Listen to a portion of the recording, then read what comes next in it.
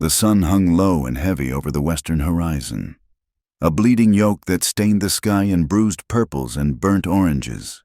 It cast long, distorted shadows across the baked earth of the New Mexico territory. The wind did not offer relief. It only shoved grit into the deep lines of a man's face and dried the sweat on his skin until it felt like a second, tighter layer of clothing. Elias Ward rode with his hat pulled low. His eyes narrowed against the glare and the stinging dust. His horse, a sturdy but aging bay gelding that had seen better years, plodded forward with a resigned rhythm. The animal favored its left foreleg, a subtle limp that Elias felt in his own bones. They were both tired. They were both worn down by the miles and the years that seemed to stretch out behind them like a long, dry scar. The town of Ocotillo Wells rose out of the scrub brush and alkali flats like a bad tooth. It was a collection of rough-hewn timber buildings and adobe structures that seemed to huddle together against the vast emptiness of the desert. There was no welcome here, only the promise of tepid water, overpriced grain, and whiskey that tasted of kerosene. Elias had no intention of staying. His plan was simple and born of necessity. He would sell the bay if he could find a fool or a desperate man to buy him. Purchase a mule if the coin stretched far enough, pack his saddlebags with coffee and beans, and disappear back into the solitude of the high country. He did not want company. He did not want conversation. He wanted the silence that did not judge him for the things he had done in a blue uniform 10 years ago. As he guided the gelding down the main thoroughfare, the town felt restless. It was late afternoon, the time when work slowed and the saloons began to fill. But there was an unusual energy in the air today. It vibrated in the voices of the men loitering on the boardwalks and drifted on the wind like the scent of ozone before a storm. Elias tightened his grip on the reins. He kept his eyes moving, a habit from the days when a moment of inattention meant an arrow in the lung or a knife in the dark. He reached the livery stable, intending to haggle with the proprietor, but a knot of men blocked the wide doors. They were laughing, a harsh, grating sound that made the hair on the back of Elias's neck stand up. He reined the bay to a halt and swung down from the saddle, his boots hitting the dust with a heavy thud. He tied the horse to the hitching rail and patted its sweat-damp neck. "You rest easy," he murmured to the animal. Elias dusted his trousers and adjusted the gun belt that hung low on his hips. He meant to walk past the crowd, to ignore whatever cruel sport had drawn their attention. But a voice rose above the others, loud and slurring with drink. "I tell you, there is good stock in this lot, not just the young ones. Some of the squaw wives know how to work a man's land and his bed." The words hit Elias like a physical blow. A cold knot formed in his stomach, a familiar sickness that tasted of bile and old ashes. He knew that tone. He knew what it meant. He had heard it in the barracks, in the trading posts, and around the campfires where men boasted of things that should have been buried in the dark. He wanted to turn away. He wanted to walk into the mercantile, buy his beans, and ride out until the town was a speck behind him. But his feet did not move, drawn by a mixture of morbid curiosity and a deep, simmering unease. Elias stepped onto the boardwalk and moved toward the side of the livery, behind the stable, where the corrals usually held mustangs or cattle meant for slaughter. A different kind of herd had been gathered. A rough pen made of split rails held 20 or 30 people. They were Apaches. Most were women, their skirts torn and dusty, their hair matted from days of travel. There were a few teenagers, boys with eyes like trapped wolves, and children clinging to their mothers' legs. Around the corral, armed men stood guard, their rifles resting casually in the crooks of their arms. Elias leaned against a support post, tipping his hat back just enough to see. He saw the local Indian agent, a man named Silas Thorne, standing on a crate with a ledger in his hand. Thorne was a sweating, rotund man in a suit that was too tight and covered in road dust. Beside him stood a man Elias recognized by reputation, if not by face, a cattle baron whose brand was burned onto half the livestock in the county. The baron looked bored, smoking a cigar as he surveyed the women in the pen as if they were heifers at a county fair. "These are work contracts, gentlemen," Thorne bellowed, his voice oily and practiced. The government cannot support every stray band that surrenders. These hostiles need to learn the value of honest labor. You sign the paper, you pay the fee for their transport and processing, and you take a servant for a term of 5 years. It was a lie. Elias knew it, and every man in the crowd knew it. This was a slave auction dressed up in the thin, ragged clothes of bureaucracy. Elias watched the faces in the pen. He saw fear, naked and trembling. In the younger girls, he saw the dull, glazed look of shock in the mothers. And then his gaze stopped, near the center of the corral. Standing slightly apart from the huddled mass was a woman who did not look at the ground. She was tall for an Apache woman, with broad shoulders and a spine that looked like it had been forged from iron. She wore a faded calico dress that had likely been stripped from a settler's cabin or given as charity, but she wore it with a strange, fierce dignity. Her hair was black as a raven's wing, pulled back from a face that was not beautiful in the soft, easy way of the women in the Eastern magazines, but striking. It was a face of planes and angles, weather-beaten and sun-browned. This was Neha. Elias did not know her name yet, but he felt the weight of her presence. She was watching the men outside the rail. Her dark eyes moved from face to face, calculating, assessing. She was not paralyzed like the others. She was thinking. She was hunting for a way out of the trap. Elias shifted his weight, the leather of his holster creaking softly. The crowd pressed closer. A miner with a beard stained by tobacco juice shouted out, "What about the young one there, the one with the red ribbon? I need someone to wash clothes up at the camp." Laughter rippled through the group. "Wash clothes? Is that what you call it? Jeb?" Elias clenched his jaw so hard his teeth ached. He heard them discussing the fate of these women. Some were destined for the brothels in the mining towns up in the mountains, places where life was cheap and women were used up and discarded like broken tools. Others were being traded for labor on distant ranches, where they would be worked until they dropped. Memories surged up in Elias's mind, unbidden and violent. He remembered the smell of burning lodges. He remembered the sound of women screaming as the cavalry charged through the winter camps. He had been a scout then, young and foolish, believing he was helping to bring order to the frontier. He had believed the lies about treaties and reservations. He had led the soldiers to the hidden canyons, tracking the bands by the signs they left in the earth. He remembered the aftermath, the bodies in the snow, the way the soldiers looked at the survivors. The shame washed over him now, hot and suffocating. He had ridden away from that life 5 years ago, but he had never ridden fast enough to outrun the ghosts. In the corral, Neha shifted her stance. She saw the way the men looked at the teenage girl near her. She saw the lust and the cruelty in their eyes. She knew her own chances were fading with every minute that the sun sank lower. She was not young. She was in her late 20s, perhaps 30, an old woman by the standards of this hard land. She had borne a child. She had buried a husband. She had walked hundreds of miles in forced marches. She was not the prize these men wanted, and that terrified her more than being chosen. If she was not bought, she would be sent to the reservation, or worse, given to the soldiers to do with as they pleased. Or perhaps she would be sold to the brothel keeper as a discount lot, to scrub floors and serve the men who could not afford the younger ones. A rancher near the front, a man with a jagged scar running down his cheek, pointed a finger at Neha. "What about that tall one? She looks strong enough to pull a plow." Another man spat on the ground. "Too old. Look at her eyes. That is a wild mare that has been ridden too hard. You would have to beat the spirit out of her before she would boil your coffee." Neha lifted her chin. She did not flinch at the words. Instead, she stepped away from the other women, isolating herself. It was a dangerous move, drawing attention, but she had to see.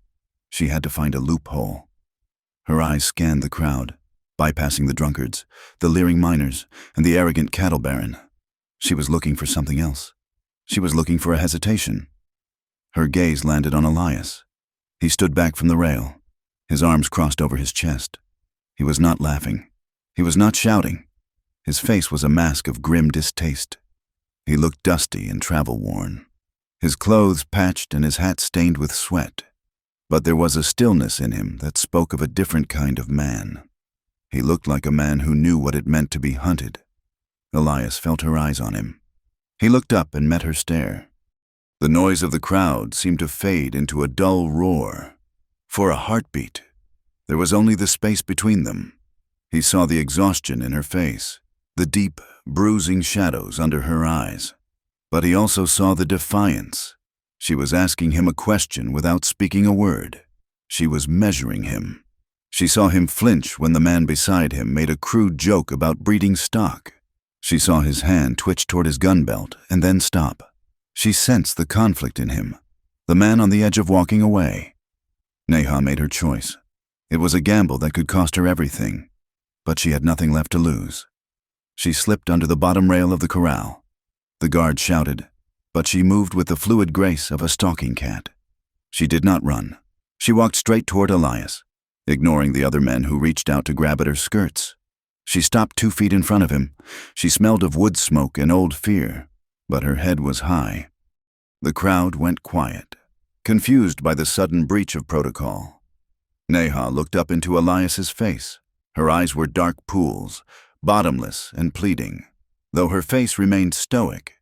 She spoke in a low voice, her English broken and heavy with the accent of her people. But the words were clear enough to cut through the dusty air. "Buy me, Cowboy. I am experienced, and I can give you offspring." Elias stared at her, stunned. The bluntness of it, the desperate dignity she wrapped around the offer, struck him silent. She was not offering herself as a servant. She was offering her body, her life, and the promise of children, the most primal currency she had, in exchange for safety. He saw the tremor in her hands, which she held clenched at her sides to hide the shaking. He realized in that second that she was terrified. She had picked him out of the crowd and pinned all her hope on the slim chance that he was not like the others. If he turned away now, if he walked back to his horse and rode out, she would be destroyed. The man with the scar would take her, or the brothel owner would drag her away. He would be leaving her to a slow death. Elias looked at the Indian agent, who was pushing his way through the crowd, his face red with indignation. "Get back in the pen," Thorne shouted. "You do not choose the buyer, woman." The rancher with the scar stepped forward, grinning. "I will take her off your hands." "Thorne, she has got spirit. I will have fun breaking that one. I will give you $10 for the trouble. $10, the price of a good saddle blanket." Elias felt the anger flare hot and white in his chest. It burned away the fatigue. It burned away the desire to be invisible. He looked at Neha. She was still watching him, her breath held in her chest, waiting for his verdict. $20, Elias said. His voice was rasping, unused to speaking so loudly, but it carried. The crowd turned to him. The rancher scowled. "Who are you? I am the man buying this woman," Elias said, his voice steadying. "I bid $20. The rancher spat. "25, 30. Elias countered without blinking. The rancher hesitated.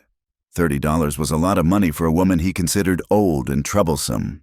He looked at Elias, saw the hand hovering near the worn walnut grip of the Colt on his hip, and saw the cold, dead look in Elias's gray eyes. The rancher shrugged and stepped back. "She is all yours, stranger. Hope she cuts your throat in your sleep." Elias ignored him. He walked up to the crate where the agent stood. He reached into his pocket and pulled out the small pouch where he kept his savings. It was money meant for winter supplies, for grain, for lumber to fix the leaking roof of his cabin. He counted out the coins, silver dollars and a few crumpled bills. $30, Elias said, placing the money on the crate. "But I want the paper written my way." Thorne looked at the money, greed warring with irritation. "What do you mean, your way?" Elias looked back at Neha. She had not moved. She was watching him with a look of intense, bewildered relief. "Write it down," Elias said. "She is not a servant. She is not property to be traded again. She is under my protection as a wife." A ripple of shock went through the crowd. A white man marrying an Apache was not unheard of, but it was looked upon with scorn. A step down into the dirt. Thorne laughed. A nervous, bubbling sound. A wife? You want to marry her? Suit yourself. Mister, it makes no difference to the government as long as she is off the roster. Write it, Elias commanded. Thorne scribbled on the document, the pen scratching loudly in the silence. He signed it and shoved the paper toward Elias. Elias picked it up, reading the words carefully to ensure there was no trickery. Neha, ward of Elias Ward. Wife. He folded the paper and tucked it into his shirt pocket, next to his heart. Then he turned to Neha. Let us go, he said quietly. She nodded. A single, sharp motion. She did not look back at the other women in the pen. She could not. To look back was to break, and she had to be strong now. She followed him to the hitching rail. Elias untied the bay. He looked at Neha's feet. She wore moccasins that were worn through at the soles. Can you ride? He asked. I can ride, she answered. Her voice was smoother now, less halted, though still thick with accent. He mounted the horse and then held out a hand to her. She hesitated for only a second before gripping his forearm. Her grip was strong, her fingers calloused. She swung up behind him, settling on the rump of the horse. She did not wrap her arms around his waist. She gripped the back of the saddle cantle, keeping a careful inch of space between her body and his back. They rode out of Ocotillo Wells as the sun began to dip below the horizon, painting the world in shades of gray and indigo. The town fell silent behind them, the jeers of the men fading into the wind. Elias did not speak until the town was gone, hidden by the rise and fall of the dunes. He kept the horse at a steady walk. The burden of another rider was heavy for the old gelding, but the animal pushed on. Finally, Elias cleared his throat. I want you to know, he said, keeping his eyes on the darkening trail ahead. I did not buy you to use you. I am not that kind of man. Neha was silent for a long time.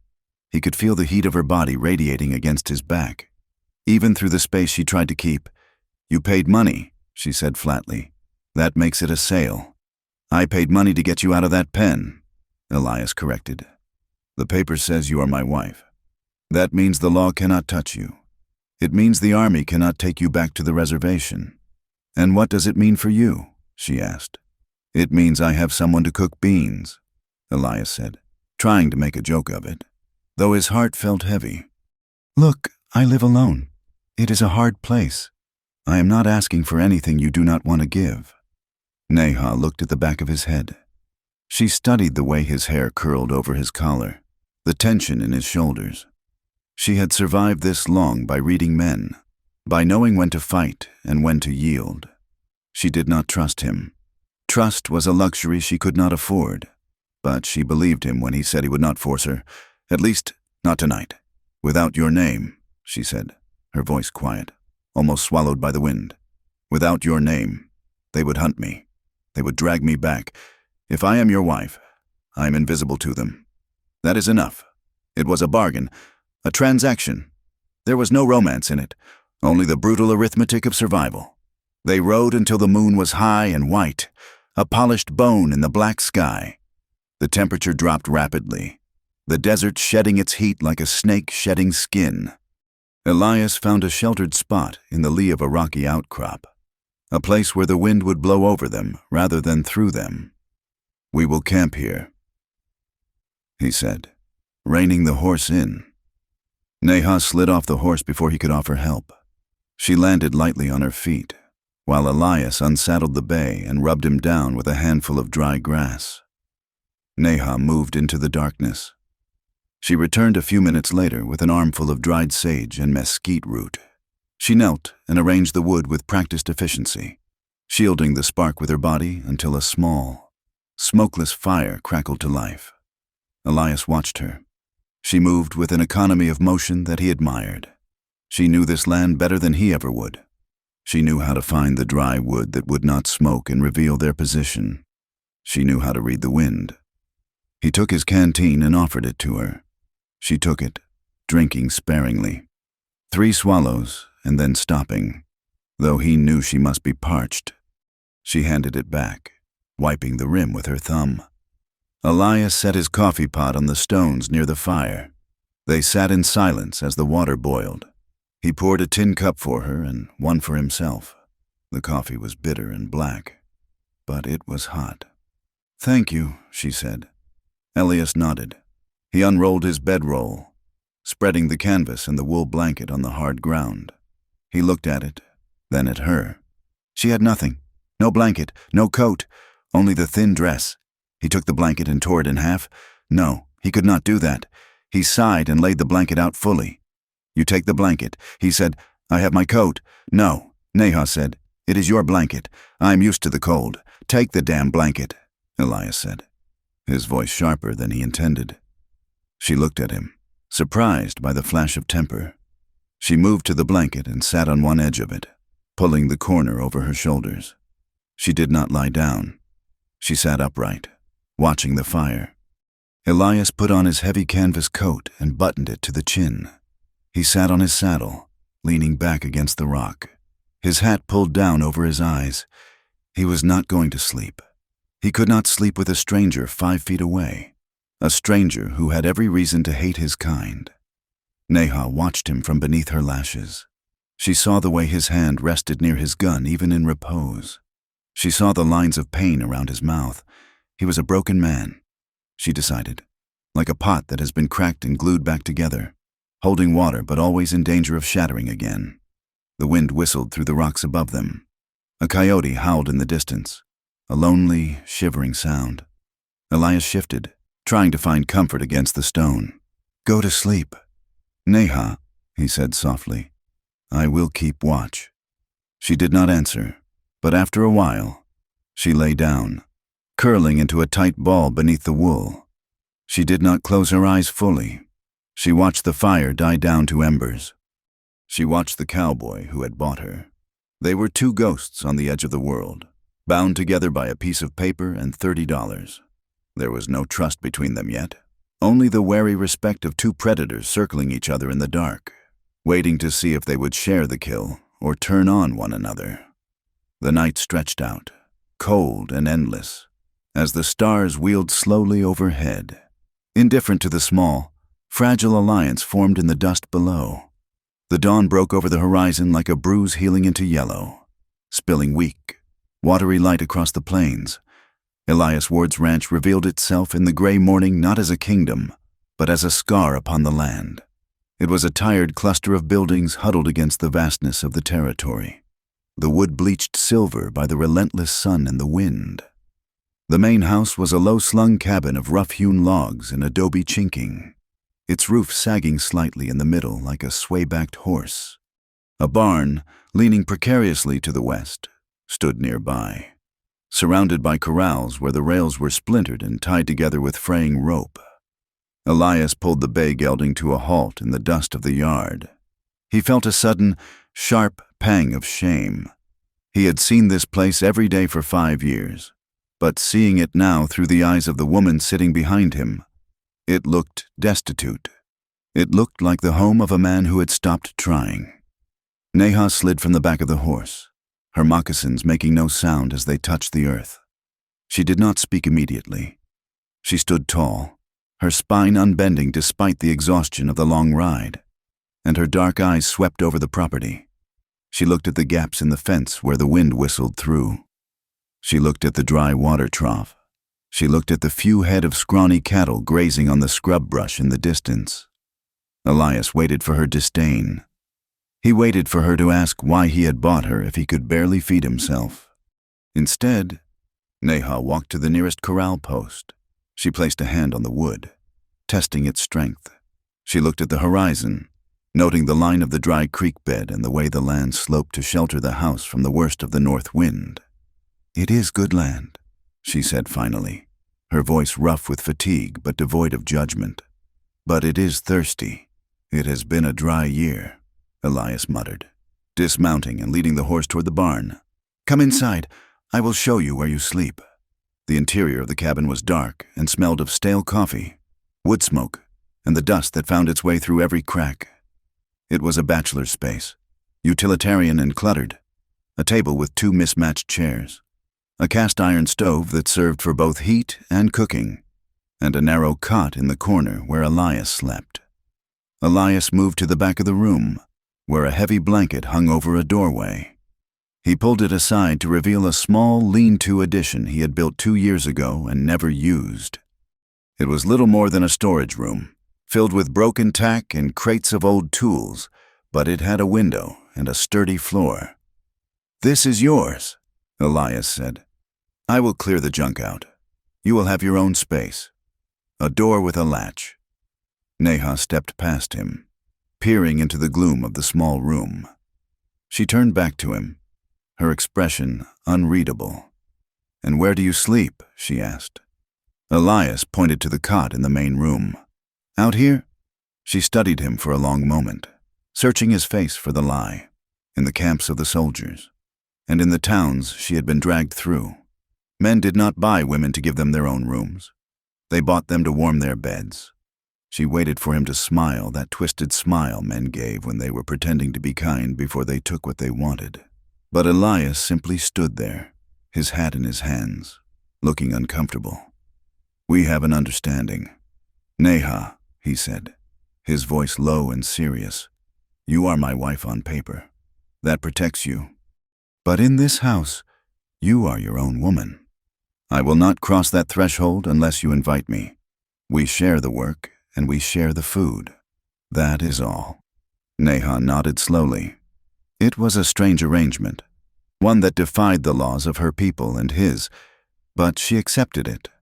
"I will clean the room," she said. For the next 3 days, they moved around each other like ghosts. The silence between them was thick, not with hostility, but with a profound, awkward caution.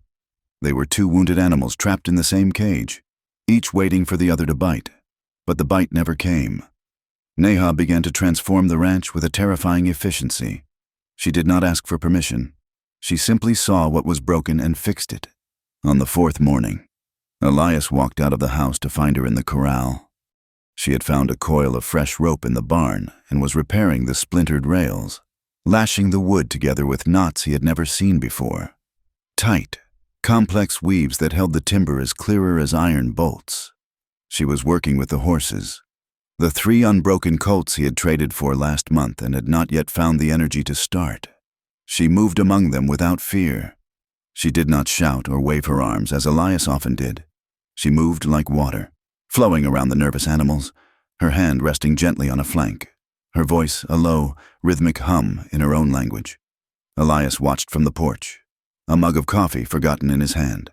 He saw the way the wildest of the colts, a chestnut with a white blaze, lowered its head and allowed her to touch its ears. It was a kind of magic, or perhaps just a language of the body that Elias had forgotten how to speak. He walked over to the fence. "You have a hand with them," he said. Neha did not look up, her fingers busy working a knot. "Horses are honest," she said. "Men lie. Horses only tell you what they feel. If you listen, they do not fight." Elias felt the sting of her words, though he knew they were not aimed solely at him. "I have been fighting them for months," he admitted. "That is because you fight yourself," she said, pulling the rope tight with a snap of her wrist. "The horse feels the war inside you." The days turned into weeks, and the summer heat descended on the territory like a physical weight. The air shimmered above the ground, distorting the distance. Dust devils danced across the flats, towering columns of grit that scoured everything in their path. Water became the only thing that mattered. The creek had reduced to a trickle of mud, and the well water was growing brackish. Elias worried over the cattle, his brow permanently furrowed. But Neha disappeared into the scrub brush every morning before the sun was high. She returned with her apron full of things Elias would have walked past without seeing. She showed him the bulbous hearts of the agave plant, roasting them in a pit until they were sweet and nourishing. She brought back handfuls of sage and globe mallow, brewing bitter teas that settled the stomach and cooled the blood. She found a patch of wild onions near the dry wash that he had ridden past 100 times. One evening, as they sat on the porch peeling the roasted agave, Elias pointed to the knife in her hand. "Knife," he said. Neha looked at him, then at the tool. "Knife," she repeated, testing the word. The sound was hard in her mouth. He pointed to the heavy hammer resting on the rail. "Hammer, hammer," she said. He pointed to the sky, turning violet with dusk. "Sky, sky." She pointed to the water bucket. "Water," Elias said. "No," she said, shaking her head. She pointed again, then tapped her chest. "In my tongue." "Two, two," Elias repeated. They traded words like currency. Small coins of understanding passed back and forth in the twilight. It was a practical exercise, born of the need to work together, but it became a bridge. With every noun and verb, the strangeness between them thinned. He learned that she respected the land not because it was beautiful, but because it was alive and dangerous. She learned that he worked until his hands bled not out of greed, but out of a desperate need to prove he was worth the space he took up. But the ranch was an island, and they could not stay on it forever. Supplies ran low. The flour barrel was empty, and they needed nails and salt. "We have to go to town," Elias said one morning, dread tightening his chest. Neha looked up from the fire where she was baking flatbread. She knew what this meant. She had seen the way the men in Ocotillo Wells looked at her. "I will come," she said. "You do not have to. I can go alone. I am your wife," she said firmly. "If I hide here, they will say I am your slave. If I ride with you, head high, they must see me." They rode into town at noon, the heat sitting heavily on the rooftops. The atmosphere had changed since the auction. The curiosity had curdled into something uglier. As they passed the saloon, conversation stopped. Men stepped out onto the boardwalk to watch them pass. Elias heard the whispers, loud and intentional. "Look at that, keeping a squaw in the house? Wonder what he paid for her. Bet she is wilder than a rattlesnake." Elias kept his eyes forward, his jaw set in a line of granite. Neha rode beside him, her back straight, her face a mask of stone. She did not look at the men. She looked through them, as if they were nothing more than dry weeds blowing in the wind. They tied the horses at the general store. Elias helped her down, his hand lingering on her arm for a second longer than necessary, a silent message of solidarity. They walked up the steps, the wood creaking under their boots. When Elias opened the door, the bell chimed cheerfully, a stark contrast to the silence that fell over the room. Mercer, the storekeeper, stood behind the counter. He was a thin, sour-faced man who had never liked Elias much, and liked his new companion even less. "I need a sack of flour." "Mercer," Elias said, walking to the counter. "And 5 pounds of salt, a box of nails." Mercer did not move. He wiped his hands on his apron, his eyes flicking to Neha, who stood near the entrance. "I can serve you." "Ward," Mercer said, his voice nasally and loud. "But she stays outside." Elias stopped. The air in the store grew thick. "Excuse me? I said the Indian stays outside. I have decent women coming in here. I will not have a savage standing next to them." Elias felt the familiar rage uncoiling in his gut, the same rage he had felt at the auction. "She is my wife." "Mercer." "She stands where I stand," Mercer sneered. "I do not care what piece of paper you bought. She waits outside, or you take your business elsewhere." Elias took a step forward, his hand curling into a fist, but before he could move, the door behind them opened. 2 cowboys sauntered in. Elias recognized them, drift riders who worked for Clay Harlan, the cattle baron. They smelled of sweat and whiskey. One of them, a man with yellow teeth and a lazy eye, looked at Neha and laughed. "Well, look here, the happy couple." He walked around Neha, looking her up and down with exaggerated scrutiny. "You got ripped off." "Ward," the cowboy said. "I heard about this one. She is barren, dried up. That is why the tribe let her go. She is used goods, empty as a dry canteen." The other cowboy laughed. "Not worth the $20. You cannot breed a mule. Ward, everybody knows that." The words hung in the air, cruel and precise. Neha flinched. It was a small movement, a slight recoil of her shoulders. But to Elias, it looked like she had been whipped. Elias moved. He did not think. He crossed the distance between them in 2 strides. He grabbed the cowboy by the front of his duster and shoved him backward. The man slammed into a display of tinned peaches, the cans crashing to the floor with a sound like thunder. "Shut your mouth," Elias snarled, his voice trembling with a violence he had tried to bury. The cowboy scrambled up, his hand going to the knife at his belt. Elias stood his ground, his hand hovering over his Colt. "Draw it," Elias whispered. "Give me a reason." The room froze. Mercer was pale behind the counter. The cowboy looked at Elias's eyes and saw death waiting there. He hesitated. "Get out," Elias said, "before I forget that I am trying to be a civilized man." The cowboy spat on the floor, muttered a curse, and backed out of the door, his companion following close behind. Elias turned to Mercer.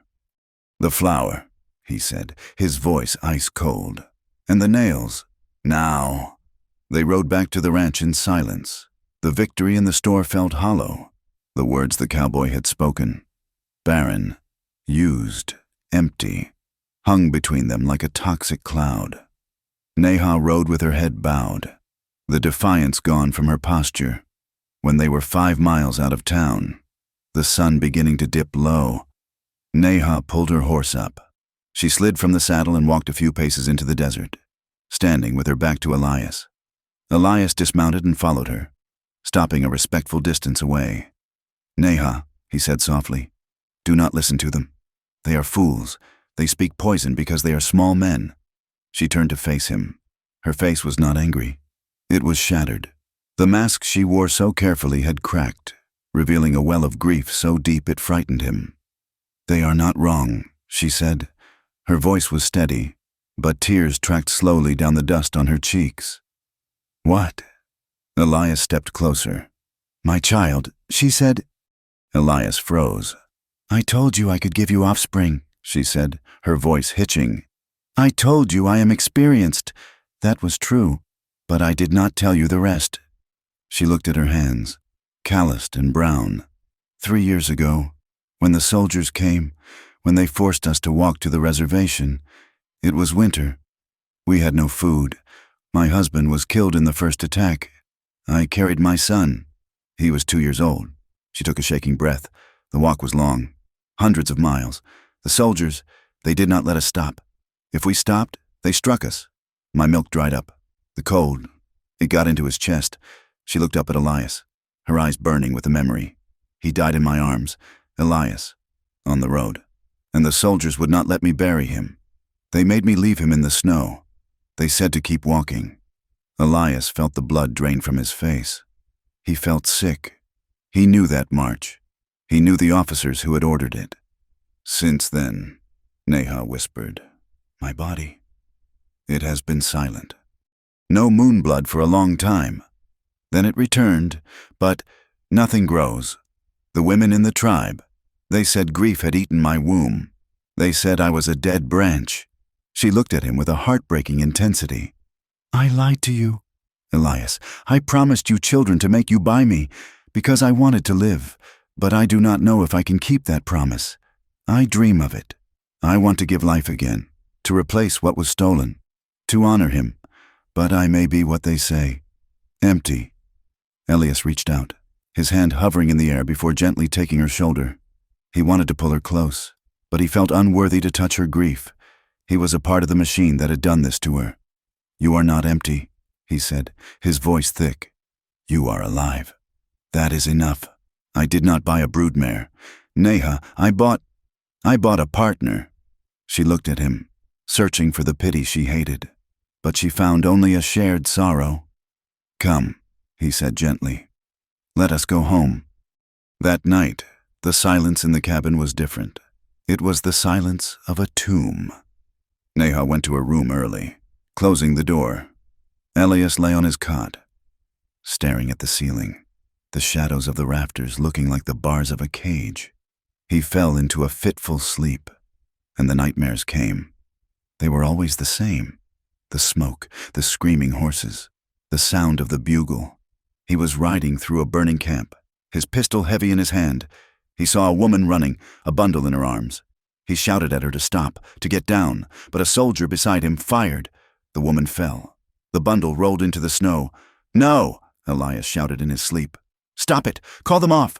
He thrashed on the cot, tangling in the sheets. "God, please, not the children!" He woke with a gasp. his heart hammering against his ribs like a trapped bird. He sat up, drenched in cold sweat, his breath coming in jagged heaps. The cabin was dark, but the door to Neha's room was slightly ajar. He saw her standing there, a silhouette in the gloom. She was watching him.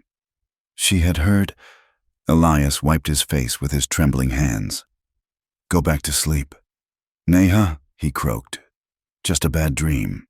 She stood there for a moment longer, saying nothing, then silently closed her door. But he knew she was awake. He knew she was putting the pieces together. The scout, the army, the timeline. 2 nights later, the storm broke. It came out of the north, a violent, thrashing thing of thunder and wind that shook the cabin to its foundations. Rain lashed against the walls in sheets. It was the kind of storm that drowned cattle and washed away roads. Elias sat by the stove, feeding wood into the fire. The temperature had plummeted. The wind howled like a banshee, finding every gap in the chinking. Suddenly, a steady drip, drip, drip sound echoed in the room. Elias looked up. The roof, neglected for so long, was failing. Water was pooling on the floor near the table. He stood up to find a bucket, but then he heard a noise from the back room, a shifting, scraping sound. He walked to the curtain and pulled it back. Neha was on her knees in the dark. The leak in her room was worse. Water was streaming down the wall, soaking her bedding on the floor. She was frantically moving her few possessions, the box of clothes, the dried herbs, trying to keep them dry. She was shivering, her teeth chattering audibly. "Neha," Elias said. She looked up, startled. She was soaked to the bone, her hair plastered to her face. "It is wet," she said simply, her voice shaking with cold. "Leave it," Elias said. "You cannot sleep in here. It is freezing." He reached down and took her arm. Her skin was like ice. He pulled her up, guiding her out of the damp, miserable lean-to and into the main room. The fire in the stove cast a warm, orange glow, pushing back the shadows. He grabbed his wool blanket from the cot, the only dry bedding left, and wrapped it around her shoulders. "Sit," he commanded gently, pushing the chair closer to the stove. She sat, pulling the blanket tight around her. Elias grabbed a towel and dried her hair, his movements awkward but gentle. She sat still under his hands, her eyes closed, soaking in the warmth. The storm raged outside, battering the walls. But inside, the fire popped and hissed. Elias realized there was nowhere for him to sit but the floor or the other chair. He pulled the second chair close to hers, so they were side by side in front of the open stove door. He had given her the blanket, so he sat in his shirt sleeves, the cold air of the room biting at his skin. Neha noticed. She looked at him, shivering slightly, then looked at the blanket that was large enough for 2. Without a word, she lifted one wing of the heavy wool. Elias hesitated. It was a breach of the boundary they had set. It was an invitation. "You will freeze," she said softly. Elias sat. He moved his chair until it touched hers. He leaned in, and she draped the blanket over his shoulders. They sat shoulder to shoulder, the wool creating a cocoon around them. He could feel the heat of her body, the slow rhythm of her breathing. It was not sexual. It was survival. It was the shared warmth of 2 human beings against the indifferent cruelty of the world. For the first time, the tension that had defined their marriage softened. "Thank you," Elias whispered. She did not answer, but she leaned her head slightly, just enough that her temple rested against his shoulder. They watched the fire together, the storm outside feeling 1,000 miles away. In the quiet, listening to the rain, a fragile root of trust began to take hold in the rocky soil between them. Weeks passed, and the rhythm of the ranch changed. The desperate edge of survival began to dull into a routine of hard but steady work. They woke before the sun. They drank coffee on the porch, watching the light bleed into the sky. They worked side by side. Elias fixed the roof. Neha tended a small garden she had started near the kitchen, coaxing squash and beans from the stubborn earth. They laughed now. It was a hesitant, rusty sound, but it was there. They laughed when Elias tried to pronounce the Apache word for hummingbird and mangled it so badly Neha told him he had named it a pregnant rock. They laughed when the goat Neha insisted on buying ate Elias's favorite hat. Neha watched him constantly. She saw the way he worked, methodical, tireless. She saw the way he treated the animals, with a gentle hand that belied the violence of his past. She noticed that he never touched her, not even by accident. He moved around her with a careful, deliberate grace, respecting the space between them as if it were holy ground. It confused her, and, slowly, it began to frustrate her. She found herself watching his hands as he mended a bridle. She found herself wondering what it would feel like if he held her not to keep her warm, but because he wanted to. The tenderness growing in her was reluctant. It fought against her grief and her pride, but it was there, green and stubborn as a desert weed. One evening, the light was failing, painting the sky in violet and blood. They were out by the north pasture, fixing a section of fence that the cattle had pushed over. "Hold this post," Elias said, straining to keep the heavy cedar log upright. Neha stepped in, bracing her shoulder against the wood. "I have it." Elias hammered the wire home, the metal ringing in the quiet air. "That should hold." He stepped back, wiping sweat from his forehead. Neha stepped back too, but her heel caught in the hidden depression of a gopher hole. She tipped backward, a small cry escaping her lips. Elias moved on instinct. He lunged forward, his arm sweeping out. He caught her around the waist, pulling her hard against him to keep her from falling. The impact knocked the wind out of both of them. Neha's hands clutched his shirt. Elias's arm was tight around her back, his other hand gripping her upper arm. They froze. Her face was inches from his. He could see the gold flecks in her dark eyes. He could smell the sage and dust in her hair. He could feel the rapid beat of her heart against his chest, or maybe it was his own. The moment stretched. A heartbeat, 2, 3. The boundary they had drawn was gone. The distance was erased. The air between them crackled with a sudden, intense electricity. It was fear, yes, but beneath the fear was a hunger so sharp it stole Elias's breath. He wanted to kiss her. The desire hit him like a physical blow. He wanted to bury his face in her neck and forget everything else. Neha looked at his lips. Her breath hitched. Her fingers tightened on his shirt, pulling him a fraction of an inch closer. Then, the reality of who they were crashed back in. Elias stepped back as if he had been burned. He released her, his hands retreating to his sides. I am sorry," he stammered, his voice rough. "You were falling." Neha smoothed her dress, her face flushed, her eyes wide and startled.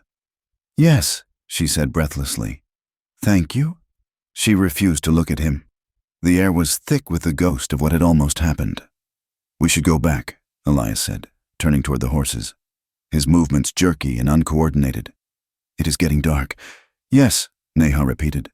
They rode back to the cabin without speaking, but the silence was no longer empty. It was heavy, charged with a new and dangerous tension.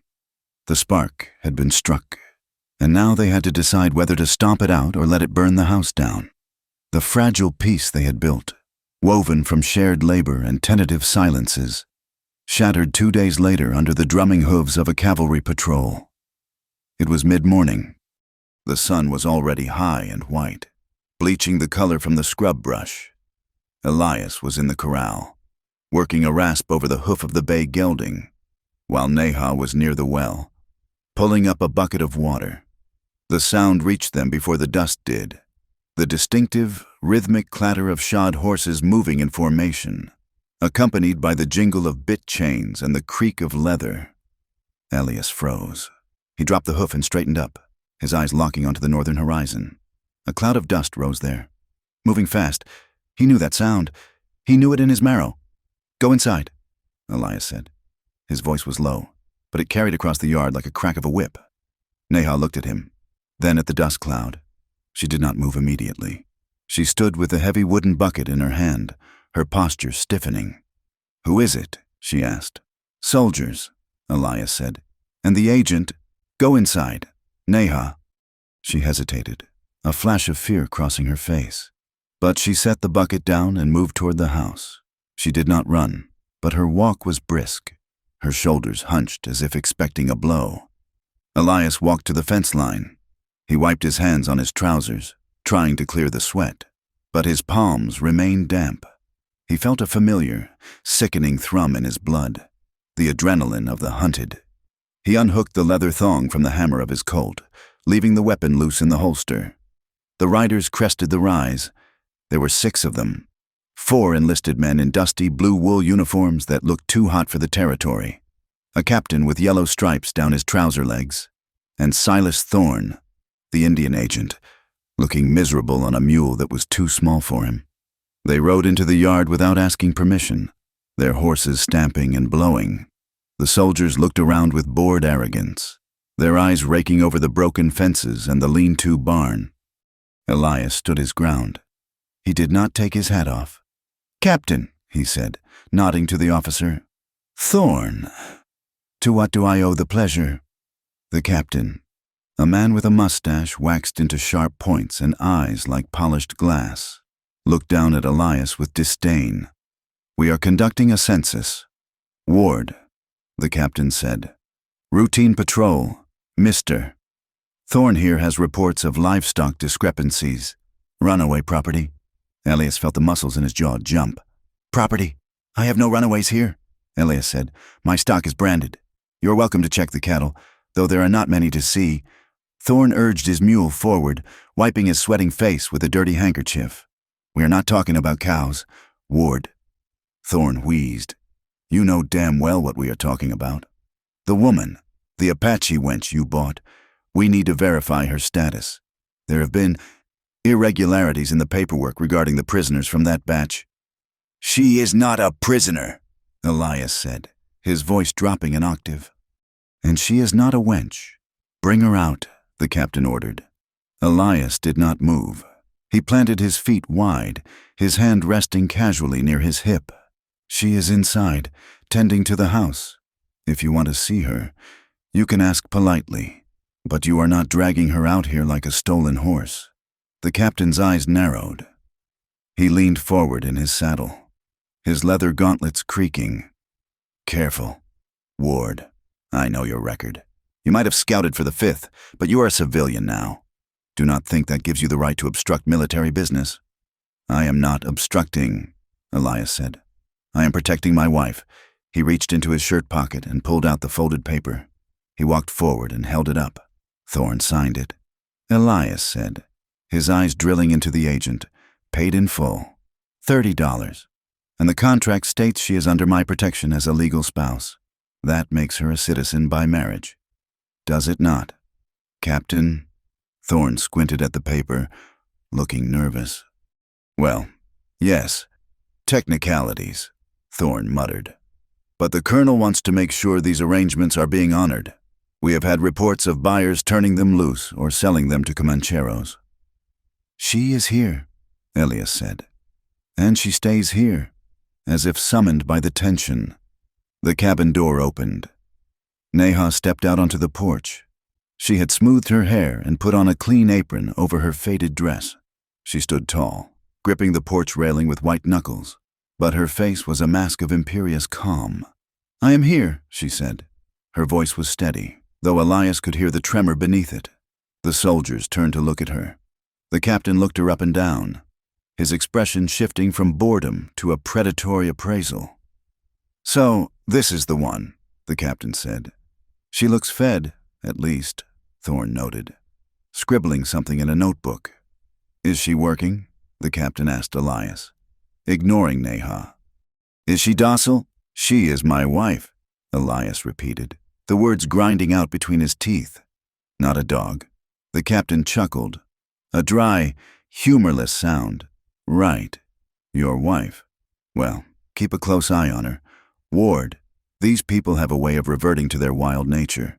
If she runs, we will have to hunt her down. And next time, we might not bring her back alive." Elias felt a red haze creep into the edges of his vision. He wanted to pull the Colt. He wanted to shoot the captain out of his saddle. The violence of the impulse shocked him. "Get off my land," Elias whispered. The captain stiffened. He looked at Elias, Then at the gun on his hip, he smiled. A cold, knowing smile. "We are leaving. Scout, enjoy your domestic bliss." The patrol turned their horses and rode out, kicking up a fresh cloud of dust that coated Elias's face. He stood there, watching them go, his chest heaving as if he had run a mile. He waited until they were specks on the horizon before he let his hand drop from his gun. He turned to the porch. Neha was watching him. Her eyes were not grateful. They were dark, assessing, and full of a terrifying intelligence. That night, the silence in the cabin was suffocating. Elias moved around the kitchen with jerky, agitated motions. He dropped a spoon. He slammed the stove door too hard. Neha sat at the table, mending a tear in his work shirt. She did not look up, but her needle moved with a sharp, rhythmic violence. "Why?" she asked suddenly. Elias stopped wiping the table. "Why what? Why were your hands shaking?" she asked. She looked up then, and her gaze pinned him to the wall. "When the blue coats came, you were not just angry. Elias, you were afraid, and you were guilty." Elias turned away, facing the dark window. "I do not like soldiers. They are trouble. It is more than that," Neha said. She put the sewing down and stood up. "You bear the mark of the army. I have seen the way you ride. I have seen the way you track. And today, the officer called you Scout." The word hung in the air between them, heavy and poisonous. Elias closed his eyes. He felt the trap closing. "I was a young man," he said to the glass. "I needed money. The army paid for guides." Neha took a step toward him. Her voice was low, trembling with a rising intensity. "Where did you scout? Which regiment? It was a long time ago." "Neha, where?" she demanded. Elias turned to face her. He looked tired, decades older than his years. "The 5th Cavalry," he said softly. "Arizona Territory, and New Mexico." Neha's face went pale. She took a step back, her hand going to her throat. "The 5th," she whispered. She began to piece it together, the dates and locations clicking into place like the tumblers of a lock. 3 years ago, she said, "The winter campaign." Elias did not speak. General Crook ordered the drive to the reservation. She continued, her voice gaining strength. "They hunted the bands that refused to come in. My band was in the Black Canyon, hidden. We thought we were safe." She looked at him, her eyes widening with horror. "We were safe because the canyon is impossible to find unless someone who knows the land leads the way, unless a tracker shows them the secret trails." Elias looked at the floor. The shame was a physical weight, crushing his lungs. "Did you ride to Black Canyon?" Neha asked. Her voice was barely a whisper, but it screamed in the small room. Elias looked up. He could have lied. He could have said he was in a different company, on a different patrol. But he looked at her face, the face of the woman he had started to care for. The woman who had trusted him enough to share his blanket, and he could not do it. "Yes," he said. The word was a stone dropped into deep water. "I was the lead scout," Elias said, his voice dead. "I found the trail. I led them to the rim." Neha made a sound, a sharp intake of breath that was half sob, half retch. She backed away from him until she hit the edge of the table. "You," she whispered. "It was you." "I did not know they would fire on the tents," Elias said, stepping forward, his hands open in a plea. "I thought they told me it was a surrender operation. They said if we found you, you would be escorted in. But when we got to the rim, the captain gave the order to fire the howitzers. You led them there." Neha accused. Her voice rose to a shout. "You brought the wolves to the door. My husband died because of you. My son. The march that killed him started that day. Because of you. I know," Elias roared back, the confession tearing out of his throat. "I know. Do you think I forget? I hear the screaming every night. Neha, I see the snow turning red. I tried to stop them, but once the shooting started, you are a monster." Neha spat. She looked at him with pure, unadulterated hatred. She looked around the room as if waking from a dream. "I am living in the house of the man who killed my family," she said. "I am washing the clothes of the butcher." "Neha, please," Elias said. "That man, the man I was, he died there too. That is why I left. That is why I bought this place, to get away from it. "You cannot get away from blood," she said coldly. "It stains everything." She turned and walked to her room. She did not run. She walked with a rigid, terrible dignity. She began to throw things into a pile, her blanket, the few clothes she had, the small bag of dried meat. "What are you doing?" Elias asked from the doorway. "I am leaving," she said. "You cannot leave." Elias said, "The soldiers. The patrol is still out there. Harlan's men are watching the roads. I would rather die in the desert than sleep one more night under your roof," she said. She tied the bundle with a piece of rope.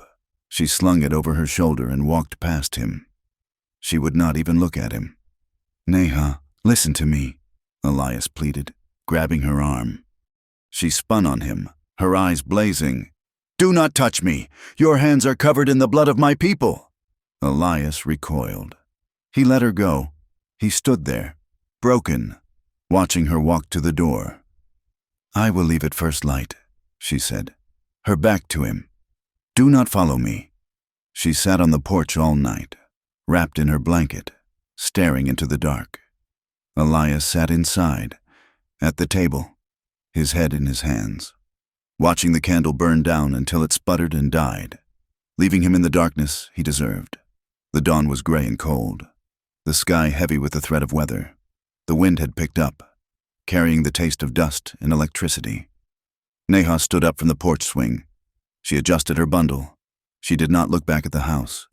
She walked down the steps and started walking west, toward the jagged line of the mountains. Elias watched her from the window. He wanted to run after her. He wanted to beg. But he knew he had lost the right to ask her for anything.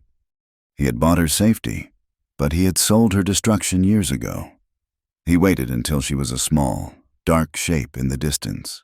Then he grabbed his coat and his hat. He went to the barn and saddled the bay. He filled 2 canteens and tied them to the horn. He would not stop her, but he would not let her die alone.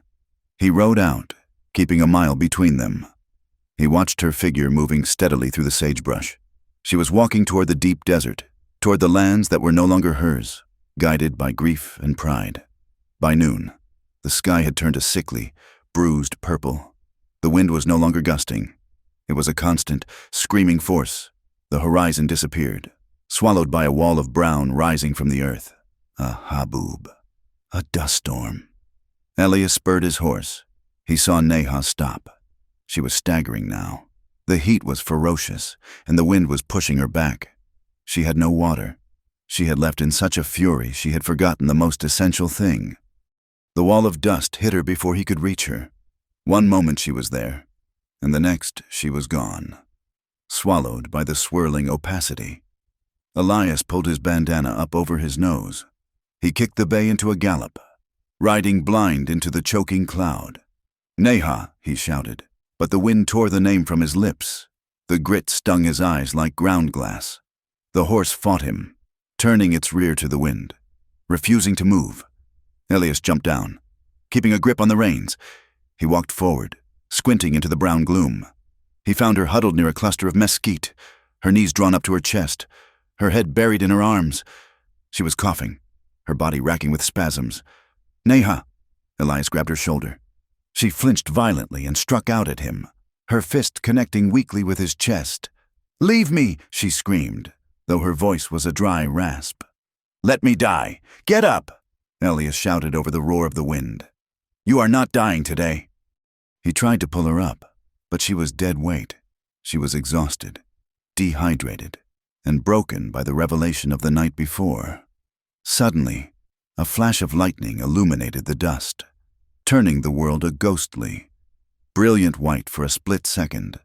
A crack of thunder followed instantly, shaking the ground. Neha screamed. It was a primal sound of terror. She curled tighter, covering her ears. "The guns!" she shrieked. "They are shooting!" Elias realized then what was happening. The thunder sounded like cannon fire. The flashing light through the dust looked like the muzzle flashes of the howitzers in the canyon. She was back there. She was back in the winter of 1874. Elias dropped to his knees. He grabbed her face between his hands, forcing her to look at him. "Neha, look at me. It is thunder. It is only thunder." She stared at him. her eyes wide and unseeing, lost in the memory. "My baby!" she cried. "I cannot find him. The snow is too deep." Elias felt his heart break. He pulled her against him, wrapping his arms around her rigid body. He shielded her face with his coat. "I have you," he said into her ear. "I have you." He dragged her toward a rocky overhang he had seen moments before the dust closed in, a shallow cave cut into the side of an arroyo. He pushed her into the shelter, then pulled the horse in as close as he could, using the animal's body as a windbreak. Inside the small space, the roar of the storm was muffled, but the air was still thick with dust. Neha slumped against the rock wall, gasping for air. Elias uncorked a canteen and held it to her lips. "Drink," he ordered. She drank, coughing as the water hit her dry throat. Then she pushed the canteen away and looked at him. The panic was receding, replaced by the cold, hard return of her hatred. "Why did you save me?" she whispered. "You should have let the sand bury me. It would be justice." "There is no justice in dying of thirst," Elias said, leaning back against the opposite wall. They sat in the gloom, the storm raging outside like a living thing trying to claw its way in. "You killed them," Neha said. It was not an accusation anymore. It was a statement of fact. "I did," Elias said. He did not look away this time. "I cannot change it. I cannot bring them back. If I could cut open my chest and give my heart to replace your son's, I would do it. But I can't. Words," she spat. "White man's words. You say you are sorry, and then you go on living. You eat, you sleep, you breathe. My son does not breathe. I do not sleep," Elias shouted, his control finally snapping. He hit his chest with his fist. "Do you think I sleep? I see their faces every time I close my eyes. I live in hell." "Neha, good," she said, cruel and soft. "You deserve it. I know I do," Elias cried. His voice cracked. "I know. That is why I am here. That is why I bought the ranch.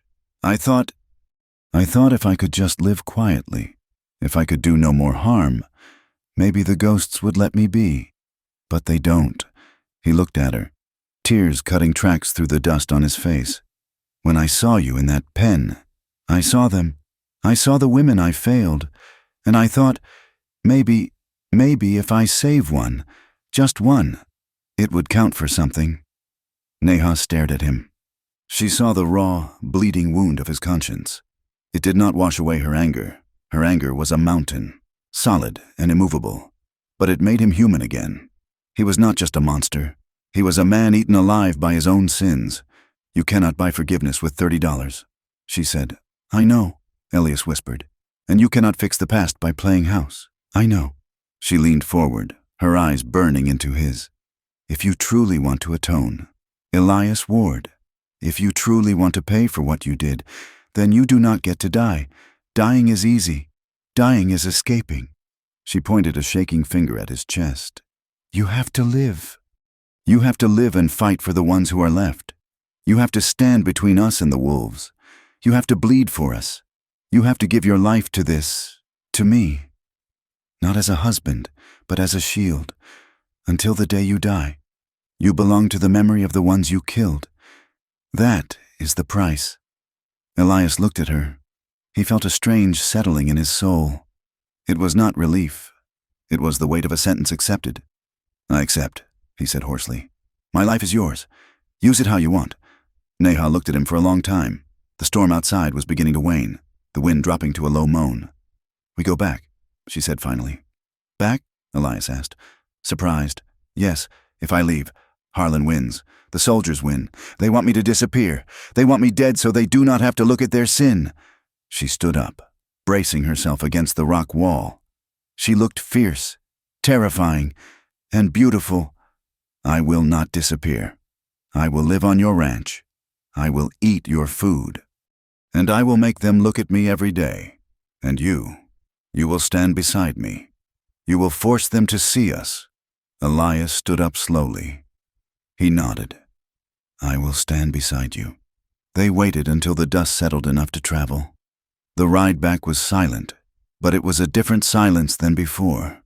It was not the silence of secrets kept, but the silence of a pact made in blood. They reached the ranch well after dark. The moon was struggling to break through the lingering haze. The horses were stumbling with fatigue. They went into the house. Elias lit the lantern. The light threw long shadows across the room where they had argued the night before. The sewing was still on the table. Neha sat down heavily on the chair. She looked exhausted, her face gray under the dust. Elias went to the bucket. It was empty. He went outside, drew fresh water, and brought it in. He poured a basin full and brought it to the table. He found a clean cloth. "May I?" he asked, gesturing to her dusty face. Neha looked at the cloth, then at his face. She nodded slowly. Elias dipped the cloth in the cool water.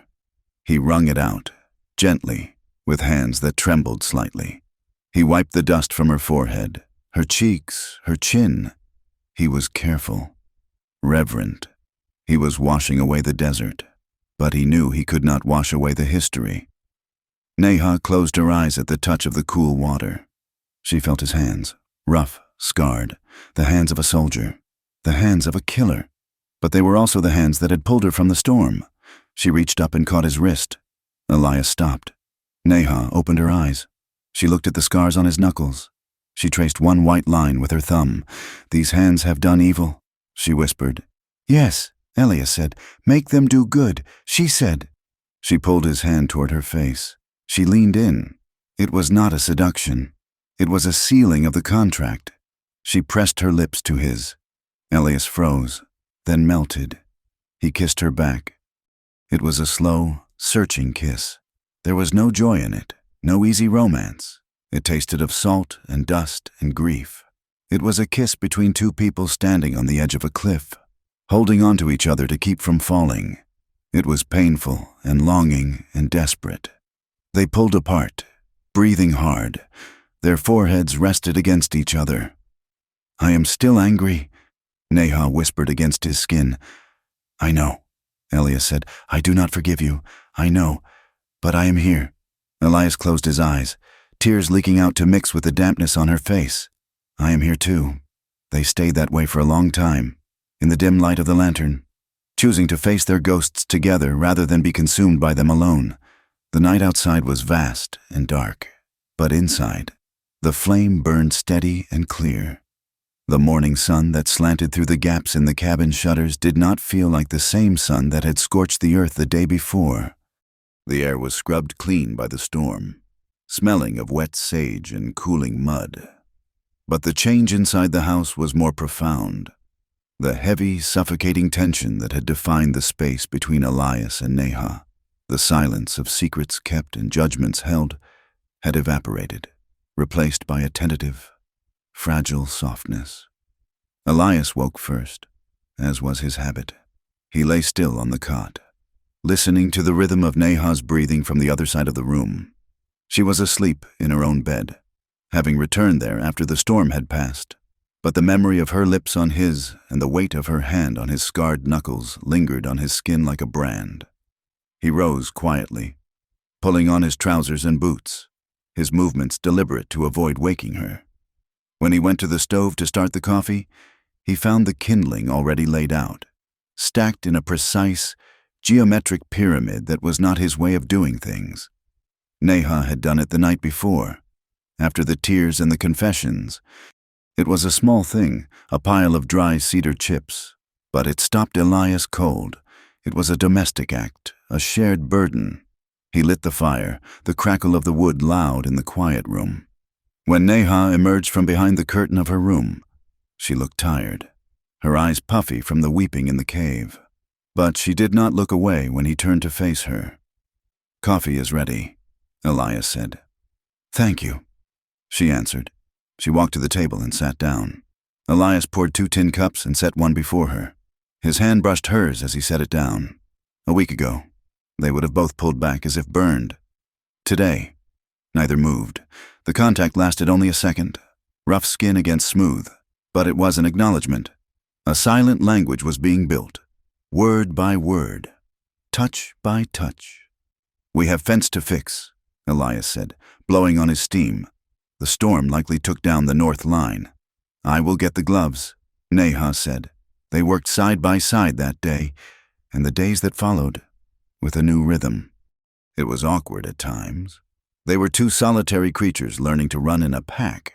There were moments of hesitation, where Elias would start to say something and stop, or Neha would look at him with a question in her eyes and then look away. But the hostility was gone. In its place was a growing sense of shared belonging. They were no longer prisoner and warden, nor buyer and bought. They were survivors of the same shipwreck, building a raft together. Neha began to claim the house. It started slowly, almost imperceptibly.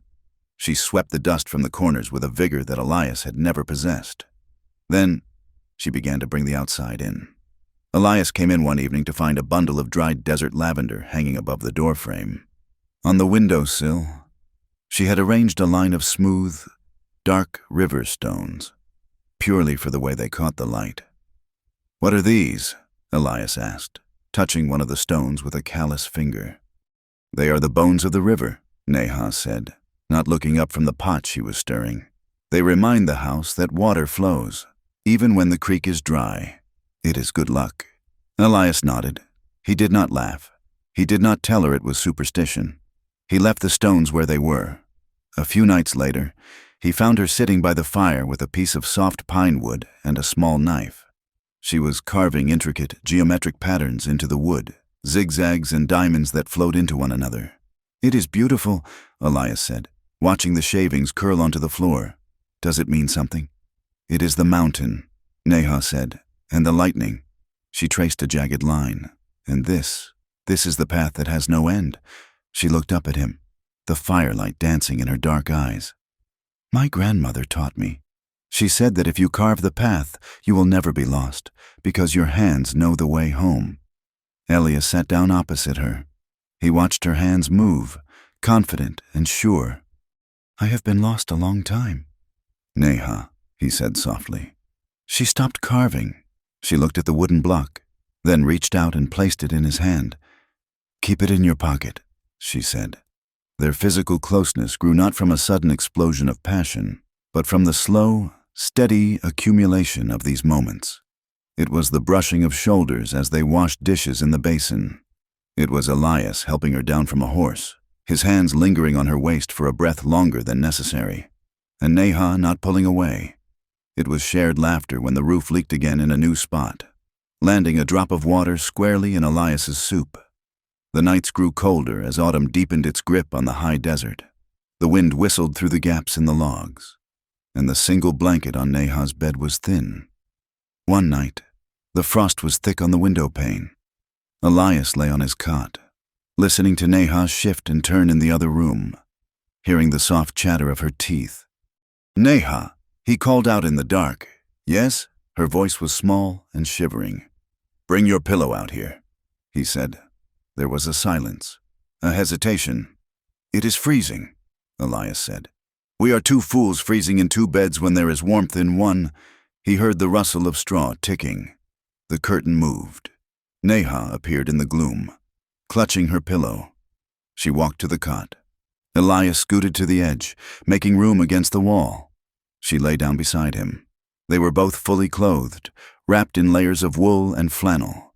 She lay with her back to him, stiff at first. Elias pulled the heavy buffalo robe and his wool blanket over both of them. He could feel the cold radiating off her. He hesitated, then draped an arm over her waist, pulling her back against his chest. She did not stiffen. She let out a long breath and relaxed into him, fitting her body against his. "Better?" he whispered. "Yes," she whispered back. They slept that way for a week, just for warmth. But in the dark, the barriers eroded.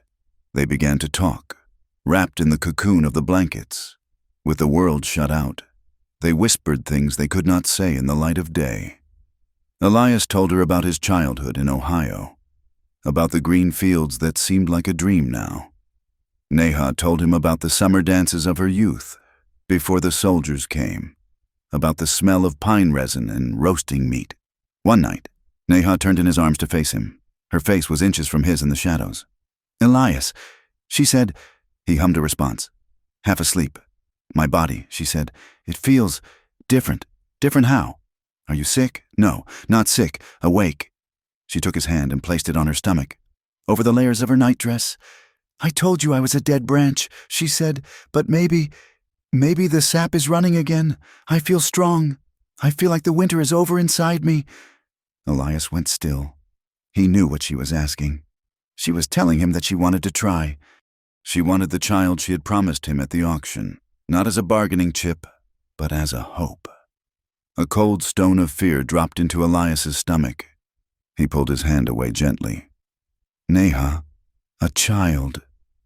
Here? Now? Why not? She challenged, her voice sharpening. You said you wanted a family. I do, Elias said, sitting up and running a hand through his hair. I do. But look at us. Look at where we live. He looked down at her. I am a white man with blood on my hands. You are Apache, a child of ours. Do you know what this world does to mixed blood? They will hate him. Neha, the whites will call him a half-breed and spit on him. Your people, if there are any left, they might not accept him either. His voice broke. And me, my blood. I have so much violence in me. What if I pass that on? What if I make a son who is as broken as I am? Neha sat up. She grabbed his face, forcing him to look at her. You are not broken, she said fiercely. You are healing. And the world will always find a reason to hate. If we wait for the world to be kind, we will die waiting. She kissed him then, not a tentative press of lips, but a claim. Give me a child. Elias, let us make something that is not death. Elias looked at her, at the fire in her eyes that even the dark could not hide. He realized that his fear was a luxury he could not afford. She was brave enough to hope. He had to be brave enough to join her. He pulled her down to him. That night, the bed was not just for warmth. It was a sanctuary. Their lovemaking was not a conquest. There was no taking, only giving. It was a slow, reverent exploration of scars and soft skin, a desperate conversation of bodies trying to say what words could not. It was an act of defiance against the silence that had ruled their lives. 2 weeks later, the flour barrel was empty again. They needed to go to town. Elias saddled the horses. He saw Neha emerge from the house. She was wearing her best dress, the blue calico, washed and pressed. She had braided her hair with a red ribbon and wore the silver earrings of her mother. You look, Elias searched for the word, proud. I am Mrs. Ward, she said, lifting her chin. I will not look like a beggar. They rode into Ocotillo Wells at noon. The town was busy. As they walked down the boardwalk, heads turned. The whispers started, just as before. But this time, Neha did not look at the ground. She looked the townspeople in the eye. She walked with her hand tucked into the crook of Elias's arm, a shocking display of familiarity for the time and place. They bought their flour and were heading toward the mercantile when a man stumbled out of the saloon. He was young, drunk, and mean. A drift rider named Pete, who had been one of the mockers at the auction. He saw them and stopped, swaying on his heels. A cruel grin split his face. Well, look at this, he slurred loudly. The squaw man and his pet. The street went quiet. Elias felt Neha's hand tighten on his arm. He stopped. Move along. Pete, Elias said calmly. Pete laughed, spitting a stream of tobacco juice that landed inches from the hem of Neha's dress. You playing dress-up? Sweetie? Pete sneered at Neha. Putting ribbons on a mule does not make it a horse. You are still just a bought squaw. How much did he pay for you again? $20. Elias felt the old rage, the red wave that wanted to smash bone. But he remembered Neha's words. Make your hands do good. He gently disengaged his arm from Neha's grip. He stepped forward, closing the distance between him and the drunk. He did not raise his fists. He did not go for his gun. He stood tall, his shoulders square, his face open and calm. Elias turned to the crowd that had gathered. He looked at the storekeep, at the blacksmith, at the women watching from the windows. Then he put his arm around Neha's shoulders and pulled her close to his side. This is Neha Ward, Elias said. His voice was not a shout, but it carried to every corner of the street. She is my wife. She is the mistress of my ranch, and she is the finest woman I have ever known. He looked directly at Pete. If you have a problem with Mrs. Ward, you have a problem with me, and I am done fighting with children. Go sleep it off, son. Pete blinked, confused by the lack of violence and the absolute certainty in Elias's voice. He looked around for support, but the crowd was silent. The dignity of the moment had shamed them. Pete muttered a curse and stumbled away. Elias turned back to Neha. Her eyes were shining. She squeezed his hand. A silent message of pride, but the victory was short-lived. A slow clapping sound came from the shadows of the saloon porch. Clay Harlan stepped out, a cigar clamped between his teeth. He was dressed in a fine gray suit, looking every inch the king of the county. Very touching. Ward, Harlan said, his voice dry as dust. A moving performance. Harlan walked down the steps, stopping a few feet away. But let us not pretend, he said, raising his voice so the town could hear. You can call her Mrs. Ward all you like. You can dress her up in calico, but we all know what she is. She is government property that you leased. She is my wife, Elias said, his voice hardening. I have the paper. Harlan laughed. A bill of sale from a corrupt agent? That is not a marriage license. Elias, that is a receipt. In the eyes of the territory, you're just shacking up with a ward of the state. Harlan stepped closer, his voice dropping to a menace. And the government can recall its property whenever it sees fit, especially if that property is being misused. Watch your step, Ward. You are playing a dangerous game. We are leaving, Elias said. He took Neha's arm and led her away, his back stiff. Harlan watched them go, smoke curling from his cigar, his eyes cold and calculating. As they loaded the supplies onto the pack mule, a man approached them from the alleyway. It was Dr. Henry Harris. He was an older man, with a face like a crumpled map and sad, kind eyes. He had been the one to check Neha after the dust storm, though he had said little then. Elias. Neha, the doctor said quietly, looking over his shoulder to ensure Harlan was out of earshot. Doctor, Elias said, wary. Listen to me. Harris said, Harlan is looking for a way to squeeze you. He wants your water rights, and he hates what you two represent. That paper you have. Thorne's contract. It is weak. If they bring a judge down from Santa Fe, they could annul it in a heartbeat. They could declare Neha a ward of the state and send her back to the reservation. Neha gripped the saddle horn, her knuckles white. What can we do? She asked. Aris sighed. Go to San Rosalita. It is 3 days' ride south. The Indian agent there has no love for Thorne, and there is a circuit judge who is an honest man. Get a real marriage license. Get it recorded in the territorial ledger. Make it ironclad. It will not stop the hate, Aris warned, but it will give you a shield.